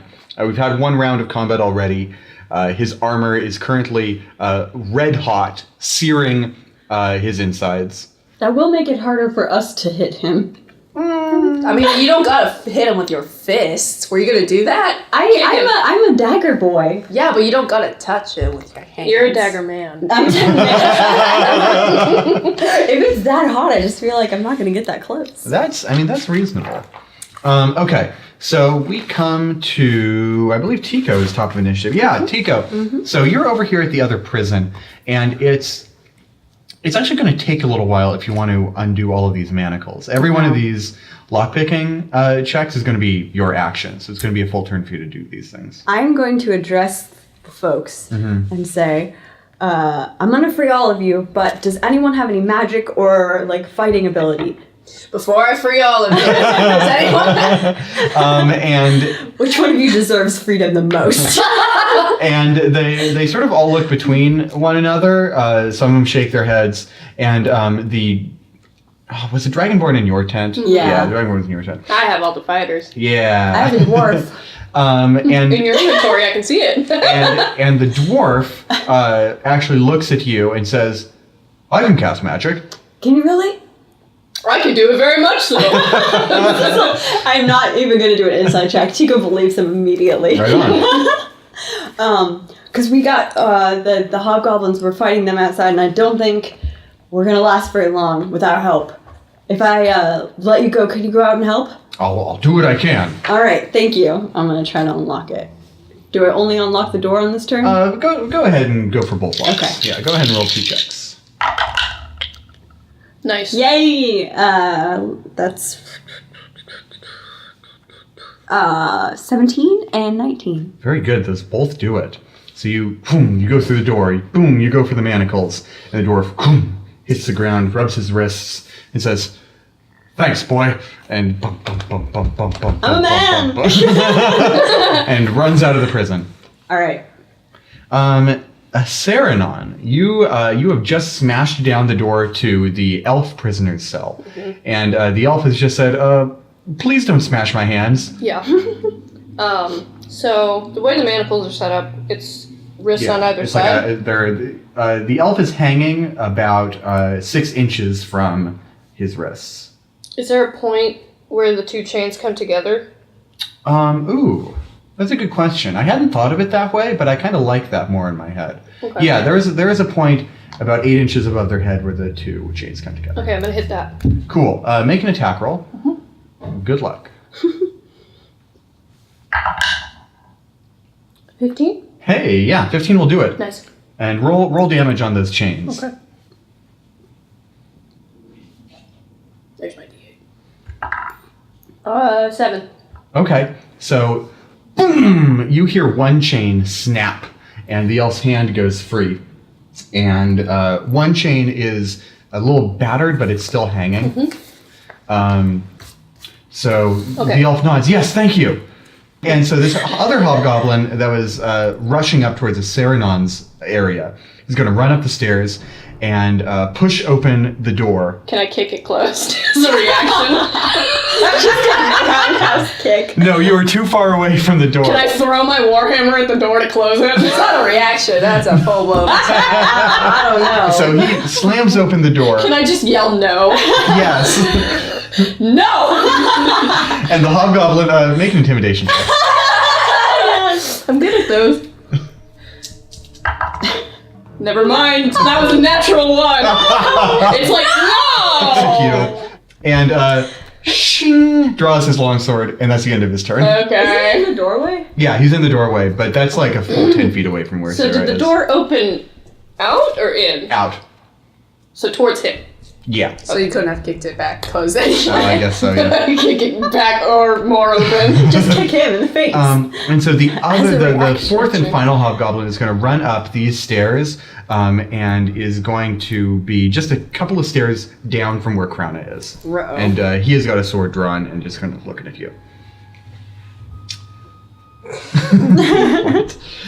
It is Crowna's turn.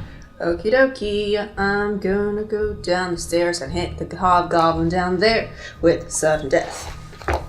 Ba-ba-da.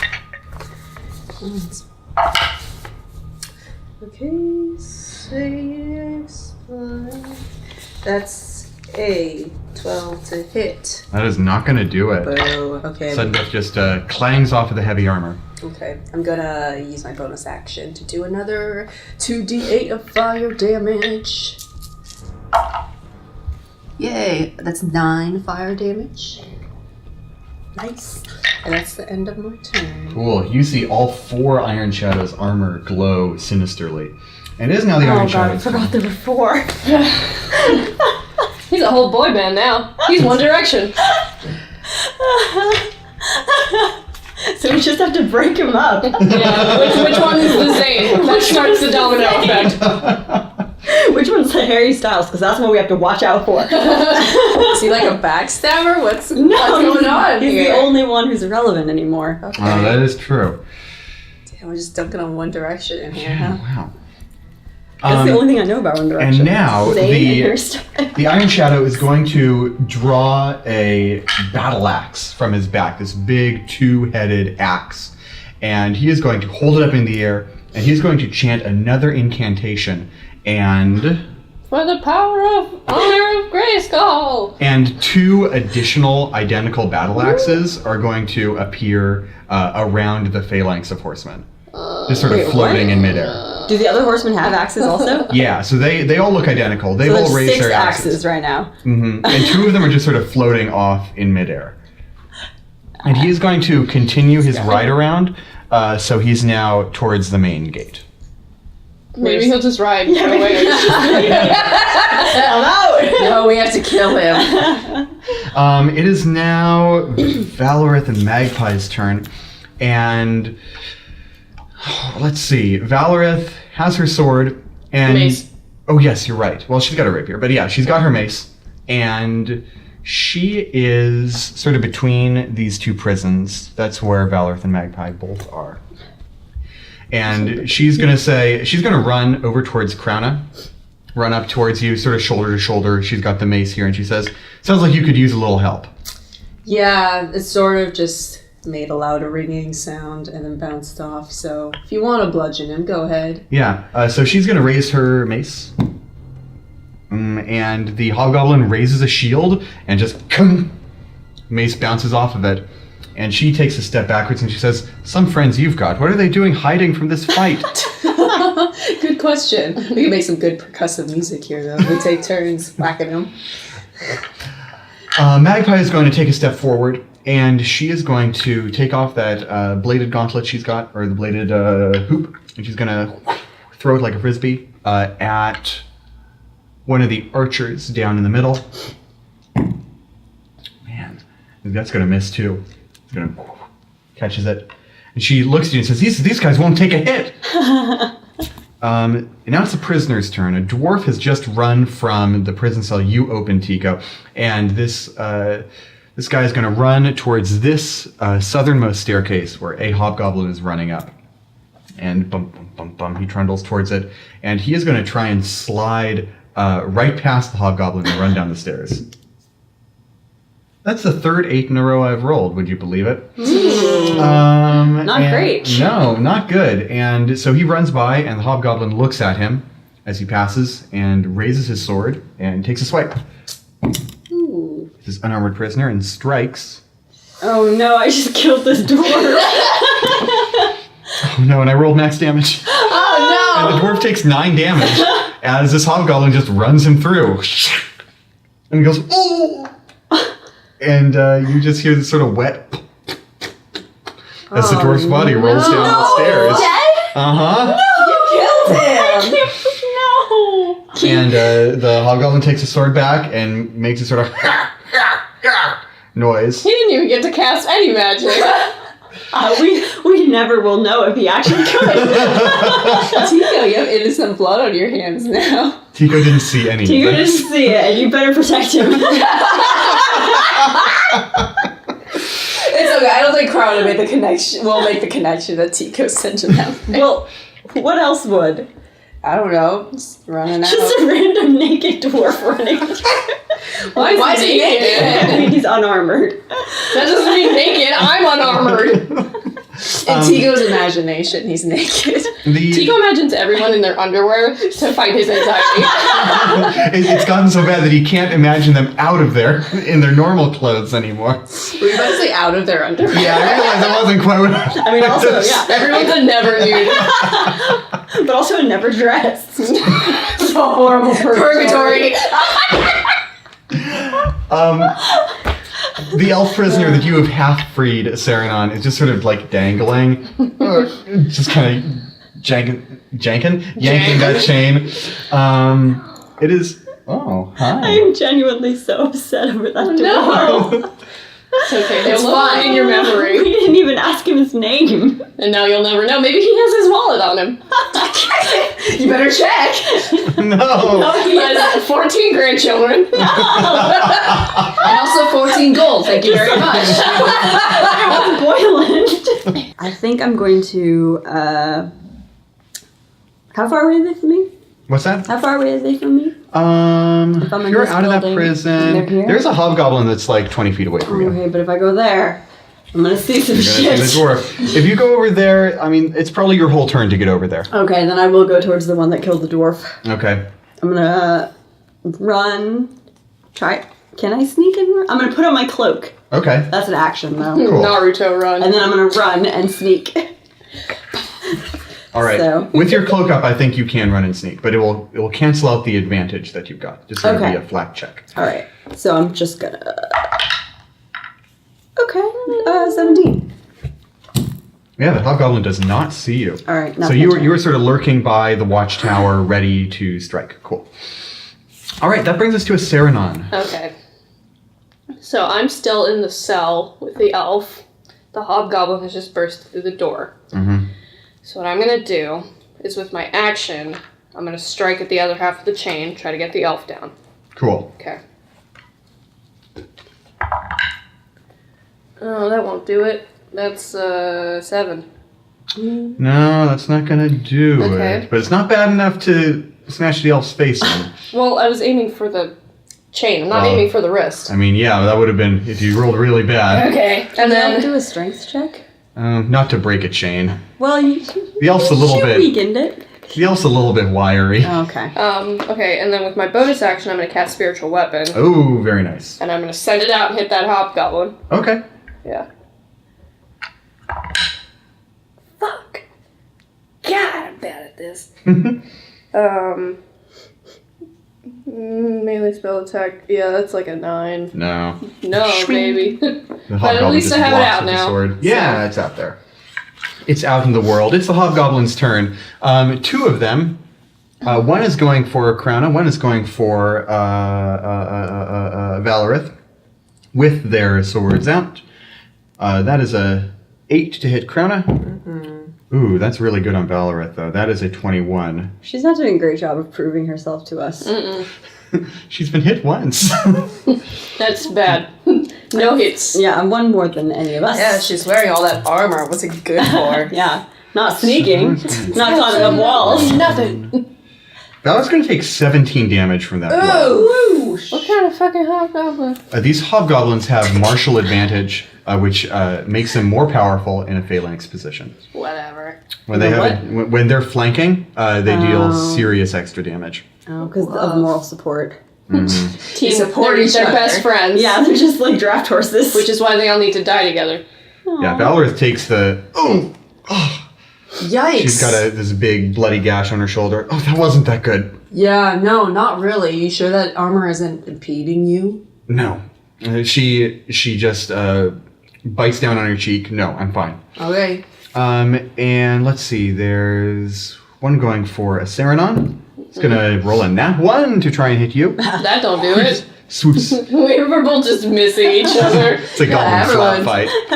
Everyone's kind of whiffing. And one of them, the one that Tico is near, is going to run right past you towards the fight. If you'd like to make an opportunity attack, Hell yeah. you can. You have advantage on the attack. So, can I Because stab him you're- in the back? Yeah. Okay. Ooh, So nice. you're hidden, so you've got advantage. Okay. Yeehaw! Yeah, that is a 24. Oh yeah. Oh, bad. 6 plus 8. 14. 14. That is a one-hit kill. Ha ha ha ha! You get him right in the back, and the tip of the blade right out to the chest. That's his. That's your kin. That's his death. Your government assigned kid. Yeah. So the blade just right out to the front. He goes, oh, makes a That's main for noise. the dwarf. That's for Boyland. And he just boom, face down on the ground. That is one hobgoblin down. Ooh, go Tico. It is the Iron Shadow's turn. He's beginning to get a little bit pissed off about this. Just beginning. And so he's gonna curl around this He's hut. really just. Yeah, he's just showing off his horse. He's just kind of waiting for you guys to get down here, but he's like, no more of this. Take the horse up the stairs, coward. And You won't be able to get back down. We just need to go down the stairs. And you can't yeah, follow so us. all 4 of them raise their axes above their heads, and the 2 that are floating out here just kind of spin a little bit. Little. And they all go like this, back over here, and then they throw the axe. Oh no. And like this is a giant, like a 2-handed battle axe, and it whistles magically through the air. This Catch shit was it. not aerodynamic, this thing, but it is on a direct course for Crouna. Catch it. All of them? Catch these hands. Yeah, so all of them are headed towards there, and then they all sort of congeal into a single axe. Okay. Christ. That's not as scary if it's only one axe. So... Seems like you should. If you die, I'm very far away though, so don't. Try Tomorrow, not to. you won't revive me anyway. Like That can't is yet. that is a 9, and so the axe goes past you, Whiff. and then it comes back at you as it returns to his hand. can I use a reaction to try to catch it? Oh my god. You're gonna slice your arm off. Okay, so I will say yes, but if you whiff it, it's a critical hit. Don't do it. Don't do it. But Crown is not Would going it to be know that. acrobatics? Yeah, it's an acrobatics check.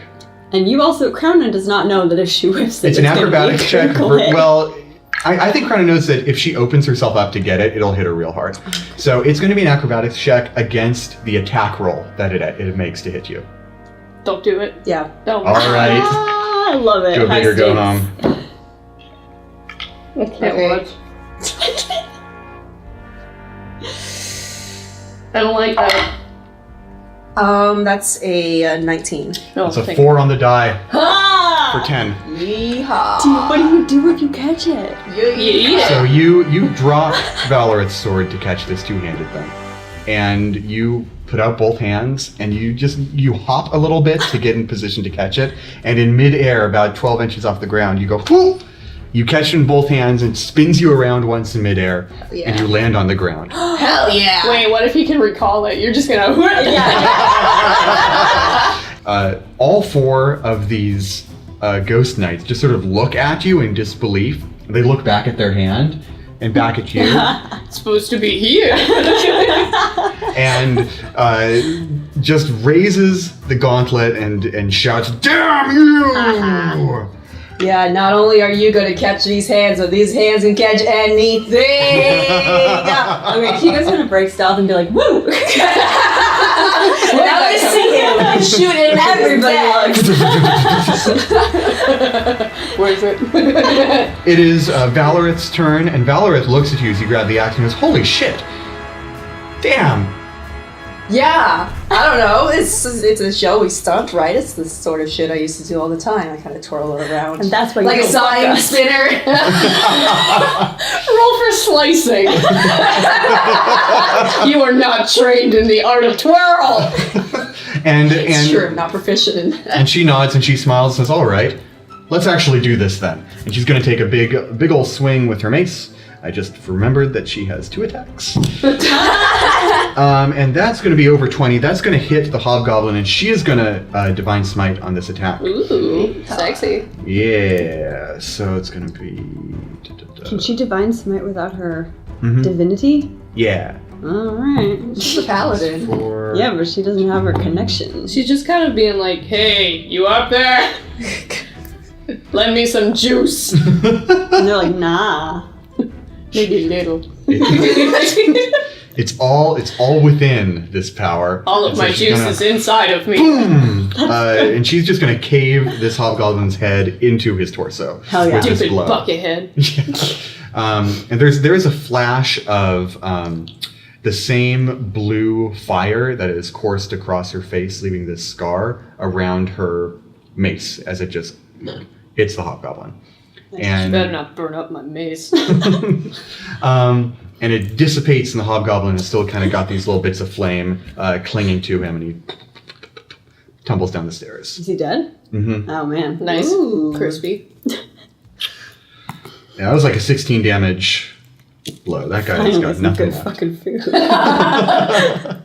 And one of the wolves just jumps on him. Nice revenge. A crispy chicken tender. And Magpie looks at that, looks over at Crown and just kind of... And takes off the ring, throws it again. Hey, that's gonna be a 19? Yeah. And it's gonna slice one of the hobgoblins down there for 7 damage. So we have 2 bloodied hobgoblins remaining. That brings us to the prisoners. Shimmy, shimmy. Tico! Down in there. Alright, so it's gonna take my whole movement to get to anyone, right? From where you are... I'm basically here, yeah. Yeah, I unless think you got it's- some kind of ranged weapon. I mean, I do, but I'm not great at that. I think I'm going to actually continue on over to the other side of the camp.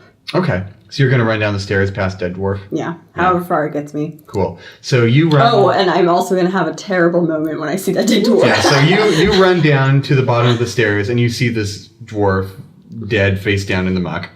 He's just sleeping. I don't think Tico's that innocent. No. Oh no. Yeah, but he is going to compartmentalize it and deal with it later.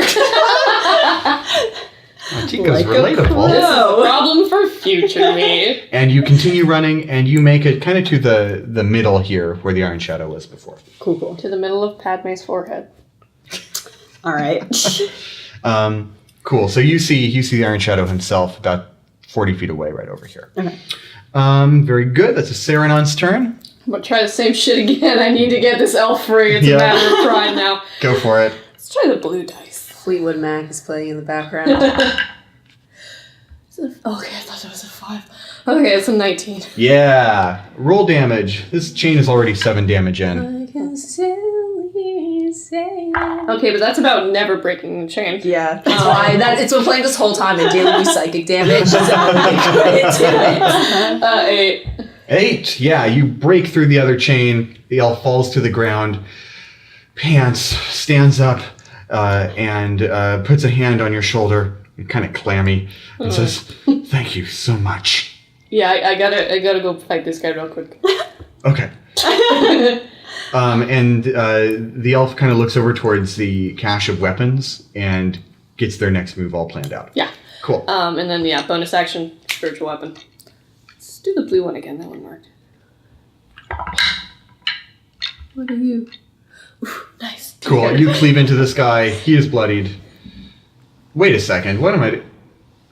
I have added a ghost hobgoblin to this fight. did. Yeah. That's fine. Magpie Take one away from them. Yeah, Magpie finishes off the one that you had injured earlier. Okay. So what you see is the spiked ring just sort of get through a gap in the armor and just right into his throat. Mm-hmm. And it's like right 12 inches in front of you. And he just sort of topples over onto the banister of these stairs. That was very close to me. You have great aim, Magpie. You mumble as she's 30 feet away. And she says, "What? Also..." It's fine. I didn't compliment you or anything. Aww. Didn't expect it. Okay. That's going to bring us then to the hobgoblins, of which there's one left. And this one's going to try and muscle past your spiritual weapon and go for you. Can you make a strength check? I don't think he needs to actually muscle past it. I'm just kind of saying it for... He walked through the mist. Yeah. He's going to attack you, and that's a 15 to hit. No, because I have my armor on. Hey. Clink. That brings us then... He's the only hobgoblin left. That brings us to Crouna. Okay, so how far away am I from the Iron Shadows? You're about 25, 30 feet away. Okay, so this axe has a throwing range. Mm-hmm. Are you Okay. sure you want to throw it back to him? But, You might catch it too. Do I know that for sure that the throwing is a magical thing and not a matter of skill? It seems to be, Okay. because this axe does not built for throwing, even a little bit. Okay, so I'm reasonably confident that if I throw it, it'll come back to me. It worked for him. Can I insight on whether or not it'll come back Make to me? an Arcana check. Okay, cool. Because you do currently own a weapon that only works in the hands of a specific type of person. That weapon's on the floor. Weapon is on the floor. What's Right, that? I got a 5 on that, so Oh. I guess I don't know. Hey, it worked for him. Okay, I'm gonna try to throw it at the Iron Shadow, the Cool. OG. Make a strength check for me before your attack roll. Okay. Do the big one. Why? It's fun. Okay. You never use it. It's a big We use it grapefruit. for special occasions. This is a special This is fun. occasion. not 11 plus strength is 13. Okay, you can throw it. Nice. Go ahead and make an attack roll. Yeehaw. That wasn't good enough for me to roll it again. Let's try a different one.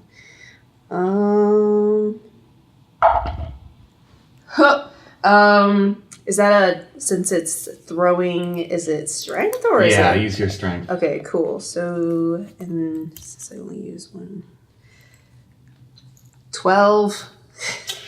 You throw the axe all the way towards him, and it just kind of wiggles like a football poorly thrown, and it just hits the ground. Oh, no. And embeds No. itself in the dirt. Crap, no. Well, it was cool when I caught it. Tico's like, boo! You do better.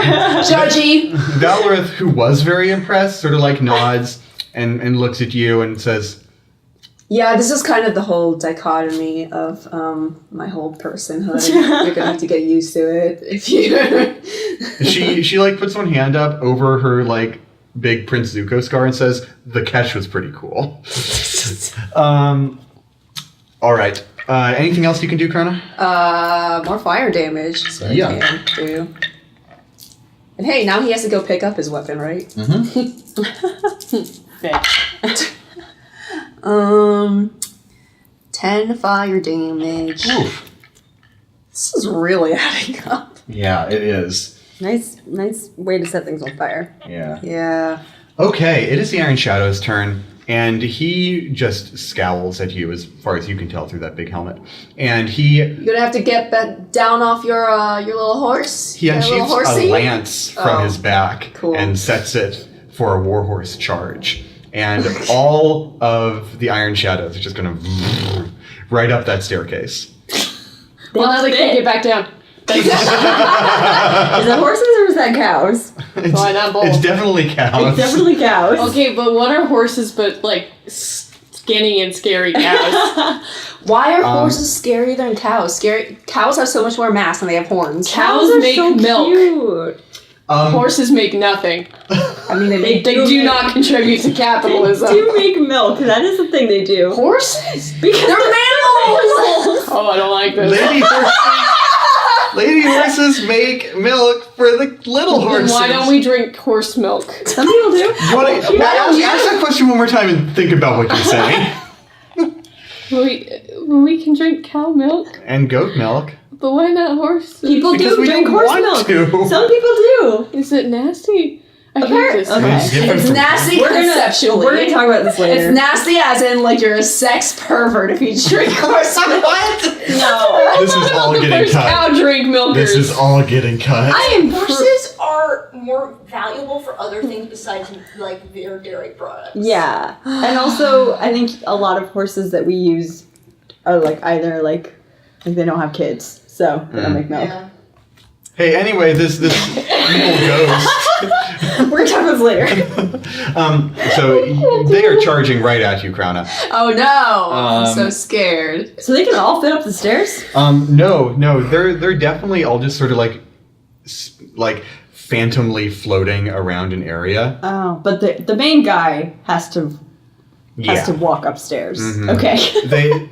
it's kind of like a hat trick though. They're all kind of sort of swimming in and out. Which so it's hard one's to the tell. real one? Exactly. And so he is charging right at you. He's going to make an attack with that lance. That is a 15. No. And he rushes right past you. You kind of dodge out of the way as he runs up the stairs. Do a cool flip. Right And under the as thing. he right down at you, and then he turns it about and strikes at Valorith. Oh. Ooh, that's even worse. Okay. And misses again. It's okay, pal. We're all kind of whiffing it today. Did you see how bad it did with your axe earlier? Really terrible. Not good television. And a television is a certain kind of stage with a framing, and it's got like all these buttons on the sides for the lights. I think they call What that are a lights? proscenium. Yeah, what, We know what lights are. You ding dong. Electric lighting. yeah. They're magic lights. They turn on the torches on the stage. Uh-huh. With the button. So he and the many ghosts are right up there now. The money ghost? The many ghosts. Oh, okay. I want a money Ooh, ghost. a money ghost. Ooh. What Okay. would that? It's a ghost who gives you money. It is Valorith's turn. Valorith is going to. It is Valorith's turn, and she is going to turn about and head towards the Iron Shadow and try and lay down the hurt on him. I really think you're going to say Iron Chef every single time. That second one is going to hit. Let's see what it does. Hit. Let's see. However, one of the conjured weapons that has been floating around swoops in to intercept the blow, and the mace hits the weapon. The floating weapon shatters in half, and Valorith staggers backwards, but the blow deals no damage. Like temporary To the hit shadow. points. It's like a little robot that jumps in front of you. Yeah. She staggers backwards and looks up in shock and says, "That should have worked!" It's fine. It didn't. We're all having an off day. You just got to keep pressing forward. Magpie is going to, from her vantage point right here, run all the way over to the Iron Shadow and gonna make some actual physical attacks because she's better at this. That one's gonna hit. But it, in fact, just, it is intercepted by one of the other floating weapons, but the attack actually goes through, still dealing half damage. Nice. That's going to be 6 damage plus 1 plus 3. Total of 10 damage No, not bad. to the Ghost Man. Oop. Okay. That is our NPC's turn. It is the prisoner's turn. The elf by you, Saranon, tries to slip past the hobgoblin. And he's going to take an opportunity attack. No, against just fight. them. And that is an 8, which is going to miss. Oh, phew. And I the couldn't elf, take any more blood. and the elf slips over to the chest full of weapons and just sort of grabs this dagger, and just throws it right at the hobgoblin. Plus 4 to hit. It's going to be a 9. Just ding! Superman-like, right off the armor. You're doing your best. I've been in there for 8 days. Yeah, you're doing your best. It's okay. It is Tico's turn. Okay. I feel like it's taking me a long time to get anywhere, but It's a big ring. it's a big ring. I can't believe you've done this. What have I done? Made it so big. I've made a big ring. It's true. Hold on, I'm sorry. I'm just gonna. This is bad entertainment, is what it is. Bad wrestling. I'm See, I was gonna take a pot shot at wrestling, but I thought it would be mean. Okay, how far away am I? I'm halfway through the ring, so I've got like 100 feet, huh? Yeah. It's only about like 60 feet to get to that staircase from where you are. Okay. Run. I'm just gonna do it because I want to get there. So I'm gonna run 30 feet, and I'm gonna use my bonus action to dash at the end of that. Sounds good.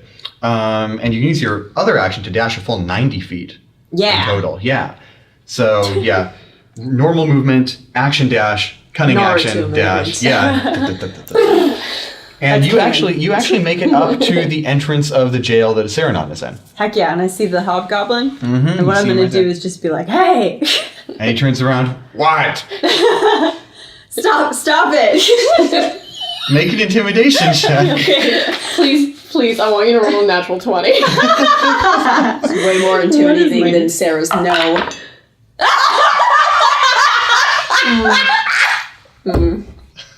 Yes!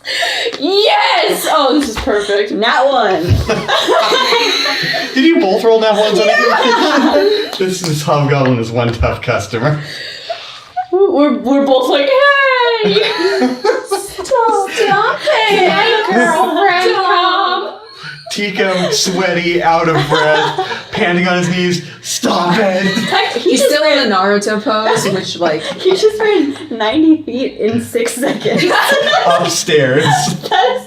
This goblin should be fucking terrified. Sweaty, desperate man who's just run up to him and yelled, stop! That's like... Like that boy trying to catch the bus. everyone will Wow, understand yeah, all that. 3 of us will get that one. Okay, and that's my turn. All right, Saranon, it's your go. I see Tico and I go, hey. And That was an intimidation check, and that gets a nat 20. Like, oh, you're friends? Oh, shit. Oh no! so with my action, I'm gonna hit hobgob. Take your time. with my warhammer. 11. No. And with my bonus action, I'm gonna use a different dice, and I'm gonna try to hit him again with my spiritual weapon. You rolled all the luck out of that blue one. I know, I really did. That's a natural 20, my boy. Whoa! That straight up kills him. There's no Alright. chance to survive. Yeah, I go, hey, cook. Does everyone else in the prison think I'm cool? Yeah. Yeah, everyone sort of rattles their chains. Like a chorus of ghosts. A choir of Like shadow. Marley and Marley. This is Yeah. just the Haunted Mansion experience. For a very long time, I thought the Ghost in Christmas Carol was Bob Marley. Don't worry. I'll Completing the haunt you. characters of Bob Cratchit and the Ghost of Marley into a single reggae singer. Bob Ghost Marley. Yeah, I feel like Bob Marley really encapsulates the Christmas spirit of anti-capitalism. And Well, I weed. mean, you've got a point. We love that green stuff at Christmas. Wank. It's not a tree. It's a wreath. It's weed. Ooh, a weed wreath. A weed wreath? A weed. Can you imagine smoking that? No, No, I cannot imagine It would that. kill you. It's a smoke signal at this point. Okay. SOS, literally. Okay, You back love on track, weed. back Don't on track. joke. Back on track. Don't say that on camera. This is gonna make No, it this in. is all getting cut. Plus, it's We legal. love weed here at Worlds Apart. Actually, I Oh, can't get high, but... Oh, you don't want to put that there. I will use that against you.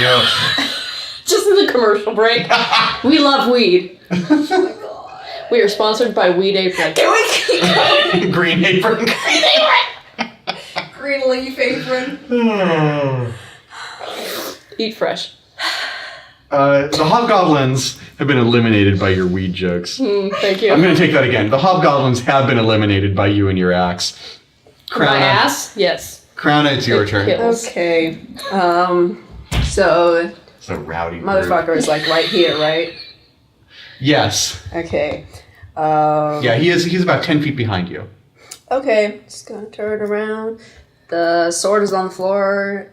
Yes. I'm not, like, if I bend down, pick it up, is that like... No, you're fine. Oh, okay, I'll do that, and then take a swing at him. 26. Oh, yeah, that's going to hit. And both of his swords have been broken, or both of his ghostly battle axes have already intercepted attacks. So that is a pure... Oh, I'm sorry. He is affected by mirror image. So I need to figure out exactly how that works. What? So there what that is a chance. So because he's sort of doing a constant hat trick, there is a chance that you will hit one of the spectral knights instead of him. Oh. What if I'm really smart and really fast and I can see the right one? No, what you gotta do is instead of striking up, you strike across. Which one of you's the real Mr. Krabs? I'm the real Gunman Rock Seeker. Ravioli, ravioli. Give me the formula. Okay, so I gotta roll a d20. I didn't You watch. strike the real one. Nice. With tartar sauce. Good I joke. didn't really watch SpongeBob. All of so I don't SpongeBob is on understand. Amazon Prime. Okay, not gonna. let's stop this madness. You guys. You Yeah, it's like getting towards 7. okay? You strike the real one. Okay, cool. And So go ahead and I roll will damage. So 5 plus 7 is 12 damage. You're using the sword? Yes. Cool. The sword like tries to flare up with light, but it doesn't really do anything. Yeah, that's fine. My feelings aren't hurt. And then I'm gonna do the 2d8 of fire damage. Sounds good. Yeehaw, that's 14. Oh. Okay. You're like soloing this boss. Yeah, I know. We are not helping. That at all. fire Afraid of damage, you can prisoners. see that a big hole has been melted in the middle of his armor, and you can just see like burning blue flame inside of it. Okay. Get not in there. Buzz, buzz. Yeah, sorry. That's okay. It is the Iron Shadow's turn, and he retorts. And he says, The flames that you have conjured are nothing compared to my magic. And what's he gonna cast? What you gonna do? Ah, yes. Okay. Breaking out the Kobold Press spell. If you die, I'm sorry. We are way not helping. Yeah, I'm having like a side quest. He looks over at you and he clicks up his visor, and from within you see a horrifying visage. You see this skull that is teeming with maggots and insects and that is rotting into nothingness. And I'm going to need you to make a charisma saving throw. Okay. And the same goes for... cool. I'm hot enough for the both of us throw. Oh, Valorith fails. No, Valorant Oh is god. dead. That's a nat 20 and also have a +6. Oh god. Damn. You keep your wits about you, but Valorith is stunned until the end of her next turn. Okay. She's already super pale, but she's gone sheet white. Her irises have like dilated, and she's like trembling. Oh, well, not my problem. So that is going to be Valorous' turn. She passes it, and she snaps out of it. Oh my god. Oh my god. And Magpie did not see this horrific display and is going to just try and keep beating the shit out of him. That's going to hit. Oh, that could hit. So both of those have the possibility of hitting. That one does strike true. The second one strikes a mirror image. And... yeah, so she punches right through a mirror image and it vanishes in a puff of smoke. Nice. And she deals a little bit of damage to the real guy, too. Cool. That brings us back to top of initiative with Kiko. All right, I'm gonna free. Who is the next in line to be freed after the elf? The tiefling. Mm-hmm. The tiefling. I'm gonna free the tiefling. Someone with the big beard, right? 11 plus. Oh, the Cambion had the wild beard. 16. Yeah. So you click open the door and go ahead and make a check to go for the manacles. Hey, 20. Hey, yeah, you're really good at this. It's almost like I'm a thief. Yeah, it's your main skill set. Yes, you click it open and the tiefling hits the ground, looks at you and says, "Thank you so much. Yeah, no problem. Can you fight? I can do my best." All right, we got weapons over there. We got refreshments. He looks over, he grabs a helmet that has a little bit of space for his horns, clicks it over his head, and he grabs a flail that has been sitting in the chest. He says, "All right, time to fight." And he heads out of the prison. Yay. And he fights you! No. Very good. Saranon. I'm trying to decide if I want to use half of my Staff of Healing charges to cure everyone who is being hung up here, because if they're all fighters and they don't get wiped out first round, they can all help. But we're all getting fucked up too. I'm fine. I'm fine. All right, cool. This hobgoblin also, he has a longbow on his body if you want to grab it. I'm not proficient with that at all. Right? Tuco, do you got this? Yeah, I'll free the rest of them. Okay. I'm gonna run as fast as I can. Back over to where they're fighting the Iron Giant. Destiny. Shadow. Destiny's child over there fighting. You make your way down to the bottom of the stairs, and you're like 150 feet away from them. Can I still cast? No, 150. If you've got the range, but All of my spells are like 60 feet. yeah. And I have Spell Sniper, so it could be 120, but that's still 120. Next time, though. Next time. You could dash to get within 120. Yeah, let's do that. Cool. Yeah. And your spiritual weapon is just kind of trailing behind you. Come back. All right, very good. Cool. It is Krauna's turn. Okay. He's still in front of me. Mm-hmm. Okay, going for another smash. That won't do it. 11. Oh, 13, I guess.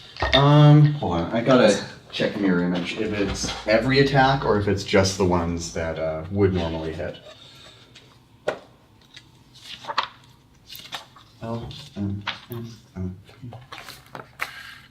Okay, so that was an 11, you say? 13. 13.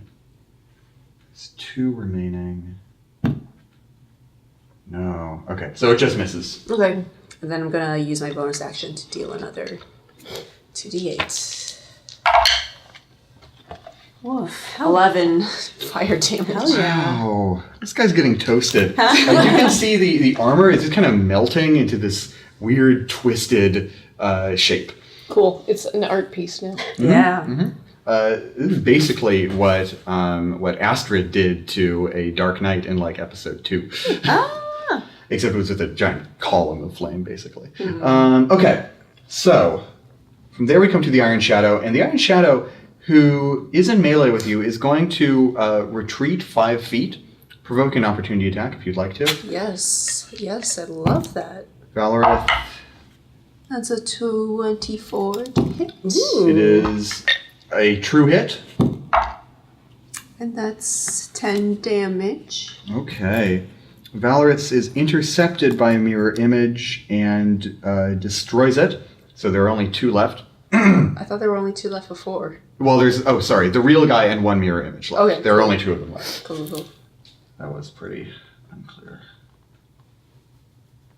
And he is going to his visor is up, his horrific face is showing, and you can see this weird rush of color come through the necrotic ghostly flesh beneath his helmet, and he is going to say, "Now, see the blood magic that the vampire has delivered to me." And just jets of blood shoot out of his eye sockets at you. There's a lizard that does that. And Look it up. yeah, it's going to be a spell attack. That's going to be a 17 to hit. Yeah. So, first of all,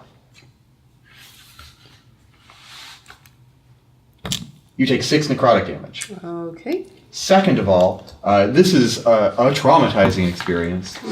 And you are going to take 15 psychic damage. Ugh. Uh-oh. Oh no. How you doing? Down to 3 hit points. Okay, but you're still living. You're still alive. This guy has melted in such a way that his shoulders are kind of like this, and his head is kind of at a tilt like this. Gross. Permanently. Very scary. So I started to get blood splatter all over me, and I'm just like...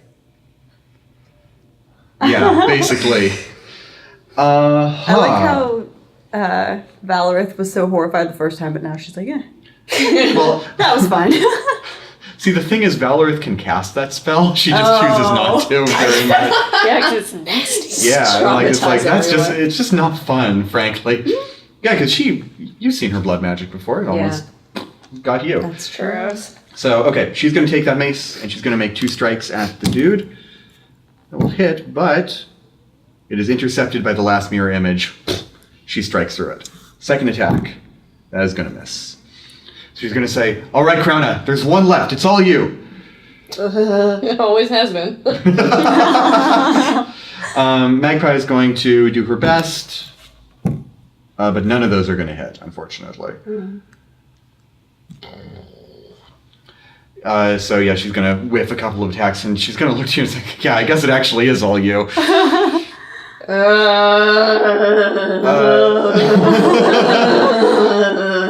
The elf and tiefling prisoners are going to rush out. The elf is going to grab the hobgoblin longbow as they run by. Going to try and shoot an arrow at long range, so at disadvantage. And it's going to, 2 6s. And it's going to actually hit the ground right next to Krauna's foot. Just tick. And it's going to be Tika's turn. I feel pretty bad about this, but I'm just gonna unlock the next one. Yeah, go for it. I'm going to say you're in the groove. You're just going to get him. All right. Which is the next one in order? Did you write It that down? goes the metal dragonborn, and then the human man, and then the female halfling. Cool. So you get this copper dragonborn out of there, and she looks at you and says, "I cannot thank you enough." You can thank me by going and helping my friends. They're fighting the iron thing. Cool. She nods and she she pounds her chest a little bit, and you can see a little bit of acid dribbling out of her mouth. Yes. We've got it. Thank you. Okay, Saranon. Okay. So I want to get... Let's see. So my spiritual weapon... Yeah. Sorry, I was so enraptured by everyone else's stuff. Okay. So with my action, I'm going to cast Sacred Flame. So can you make a dex save for me? Yeah. And this is on Iron Shadow? Yeah. It's going to be a 9. Nope. So that's... Sacred Flame. I'm not 5th level yet. 1d8. 5 radiant damage. That is enough. Oh. Give it to me. Sniped. Okay, so... From across the court with her one hit of the game. Steal my kill! So yeah, Sarah is like running as fast as she can, like hair billowing behind her, and she kind of stops in her tracks, and she just like... She made that motion? Yeah. There are no guns in this world, remember? She's inventing a gun right now. It just feels A gun right. is a sacred artifact. Well, I guess it would be more of a like... Yeah. Just, she's doing like a very swift forward motion. But it's got big gun energy. Yeah, big gun energy. And she's just going, eat this. And we go into like that camera in Brave where it follows the arrow and like first person go, and it strikes this guy right in his horrible, horrible face. And you can see it's as if the body inside is like covered in oil. And this, is it like golden flame? What's your sacred flame again? I can't remember if we decided that it was like, I think it was black. Yeah, I was saying like, Yeah. So this black flame just engulfs his body. His armor is still red hot from your heat metal. And so he becomes a sort of swirling color amalgamation of red and black as he topples from his horse and hits the ground and roars, "Carnelian will have your heads!" And he just raises up one arm and his entire metal body fuses together, creating this sort of iron statue. Cool. In place, Hell yeah. with one hand up like this. Souvenir. I walk up and high five it. It's You walk 120 feet. also, I think it's still really hot. So. Oh, Yeah. yeah, that's right. You Burn put an your oven hand mitt off. and you high five. Like a blacksmith glove, more like. Yeah. Can I unlock everyone else? Yeah. Everyone go fight! Oh! Well, I'm gonna ask. When I get to the human, I'm gonna ask if they're. I forgot Magpie's real name. Marguerite. Marguerite. How could you forget? Sister Marguerite. Right. Oh yeah. Are you Marguerite's parent? And the guy looks at you and says, "How do you know that name?" She's here. She's with us. What? Yeah. Go. And he looks at you, he's kind of stunned for a moment. He begins walking, but sort of like looking at you the whole time, till he gets to the doorway and he just breaks eye contact and goes into a full run. Hell yeah. I'm gonna run after him. Yeah. The halfling's like,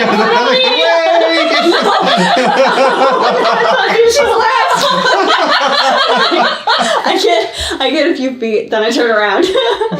Oh shit! Psych. And the halfling's just like, okay, yeah, thank you. Where I would be like, do you know Garth Brooks? What's his name? Dark Bolo. He's a gnome. Garth Brooks. Oh, it's a halfling. The gnome was in the other one. Also, the gnome is like, we don't all know each other. I know. Halflings and gnomes aren't the same. That was a bad moment for Tika. It's a moment of pure panic for Tika. just try and find some common ground while you're unlocking everything. So, did you have a good day today? No. So, all of this chaos subsides, and you gather in the middle of this camp, which is now devoid of hobgoblins. Crowda has it. Just stay down the stairs. Oh, Just okay. don't be like. Yeah, it's just dripping blood off of you. Go take a dip in the ocean. Yeah, with the tentacle monster. So I would say the prisoners, Saranon if you want to, Tico if you want to, and Magpie have all gathered in the middle. Yeah. And Actually, well, Tico's gonna go feed the ones that he left behind in that other one before gathering. fair. And Valorith is over by Crouna, and she's got like a bandage that she undoes from her pack. It's like, do you need some help getting that off? Like the blood all over your arms? Yeah. Okay. And she takes the bandage and she wraps it around her own hands, and she puts her hands on your arms, and you feel this sort of like, it's almost like your flesh is wiggling. Like a bubbling inside you. And she clenches her hands over your arms, and all of the blood is instantly sucked into the bandages that she has put over her own palms. Gross. Like even in Crowna's clothes, or just like on her skin? No, just the I think some of the stuff that's gotten into your clothes comes out, but that's a little bit more entrenched. Okay. So all the stuff in your skin and a bit of the globules that have kind of congealed around Okay, you. now Crowna's just looking down at her like long white gloves. They're just like totally red now. Oh. It's not a bad aesthetic. Okay, well. What spell is that? That's kind of a riff on blood magic that she's got. It's just normal prestidigitation that is twinged with her sort of blood magic. Okay. And she staggers backwards. She's a little dazed by it, and she takes off the bandages she's wrapped around her hands and just drops them on the ground. Thanks. Crowna like slowly peels off her gloves and puts them away in the bag. I've heard that red wine, actually, soak it in red wine. Okay, sure there's lots of that around here. We're going to Ruby Eyrie, aren't we? And she takes a look at you, nods her head, turns around, and heads down into the middle of the pit. Magpie and her dad are having a big tearful reunion in the middle of the crowd, and they're hugging each other. He is marveling that A, she's alive, that 2, how much she's grown since she was like a child. Basically just both of them marveling at how much they can't believe that the other one is there right now. And eventually the moment comes to ask where Magpie says, "Where's Mom?" And her Crowna just turns right back around and walks away. Like she shows up to the group like holding her arms like this, and she sees Magpie and her dad, and she sees the conversation they're about to have, and she's like, just turns around and walks back to the stairs. And for everyone else who's still there, they can hear Magpie's father say, "Your mother escaped 5 years ago. Ooh. I haven't seen her since." And Magpie's like, "Do you know where she went?" And he shakes his head. "I have no idea. She could be anywhere. I thought she would head back to the village. But she was saying that perhaps it would just put everyone else in greater danger. She could be anywhere." And Magpie looks down at the ground and then looks up at the 2 of you who are still here and says, "Then I need to keep searching. I hope you don't mind if I stick with you a little while longer." I think we need all the help we can get. Of course, yeah. We'll find her. Yeah. And she looks back at her dad and says, "Dad, I want to stay with you as long as I can, but I think all of us need to keep moving. We have a place we need to go. We have a journey to go on." And her father says back to her, "I understand. I will take the rest of the prisoners and make our way back to Ash Hill. I think we can fend for ourselves. We have our weapons, our armor. The hobgoblins have mostly fled. They're in disarray. Without their leader, they won't be able to form a serious offense for quite some time. I think we'll be able to fortify Ash Hill, and I'll be there when you come back." And she nods and she hugs him again, and she breaks the embrace and comes back to you. And I think that's where we're going to leave off for today. Karna's gonna do one more thing. Yeah. She's gonna walk up to that big, like, stone wedge up there, take out her dagger, carve a big old crown at it. Actually, can I do one thing Yeah. too? I want to ask the prisoners that were in the same room as the dwarf if they knew his name. Yeah, they say that dwarf's name was Stonefist. Was he? And then I'm gonna ask Magpie's dad if he was from Ash Hill. Magpie's dad, who introduces himself as Kaisen, shakes his head and says, "No, I can't say I'd ever met that creature before. Well, frankly, I've never seen him before in my life. I only just saw him now." Do the other prisoners? Some of the other prisoners, yeah, the elf that Aceranon freed says, "Yes, we were captured together. We and several others were traveling in a caravan when we were attacked." Do you know if he had family or they? Sorry, I don't know. Oh no, that was a male dwarf. Okay. And the elf shakes their head and says, most of us were traveling because we had nowhere else to go. We just hoped that a hobgoblin slavers camp was not the place we'd ended up. We'd had in mind. Okay. Anything else Aceranon wants to do before we clean up? I want to go have ocean fun. And by ocean fun, I mean meditate. And we end up a shot of everyone throwing off their clothes and running out into the beach. And getting instantly devoured by the Kraken. They're shallow sharks. They live in 2 inches of water and they eat you.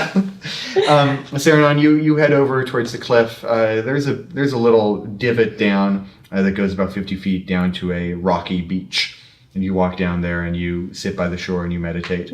And we end on a shot of you doing that. Good game, you guys. Beautiful. Yay. All right, that's it for us. We'll see you next time.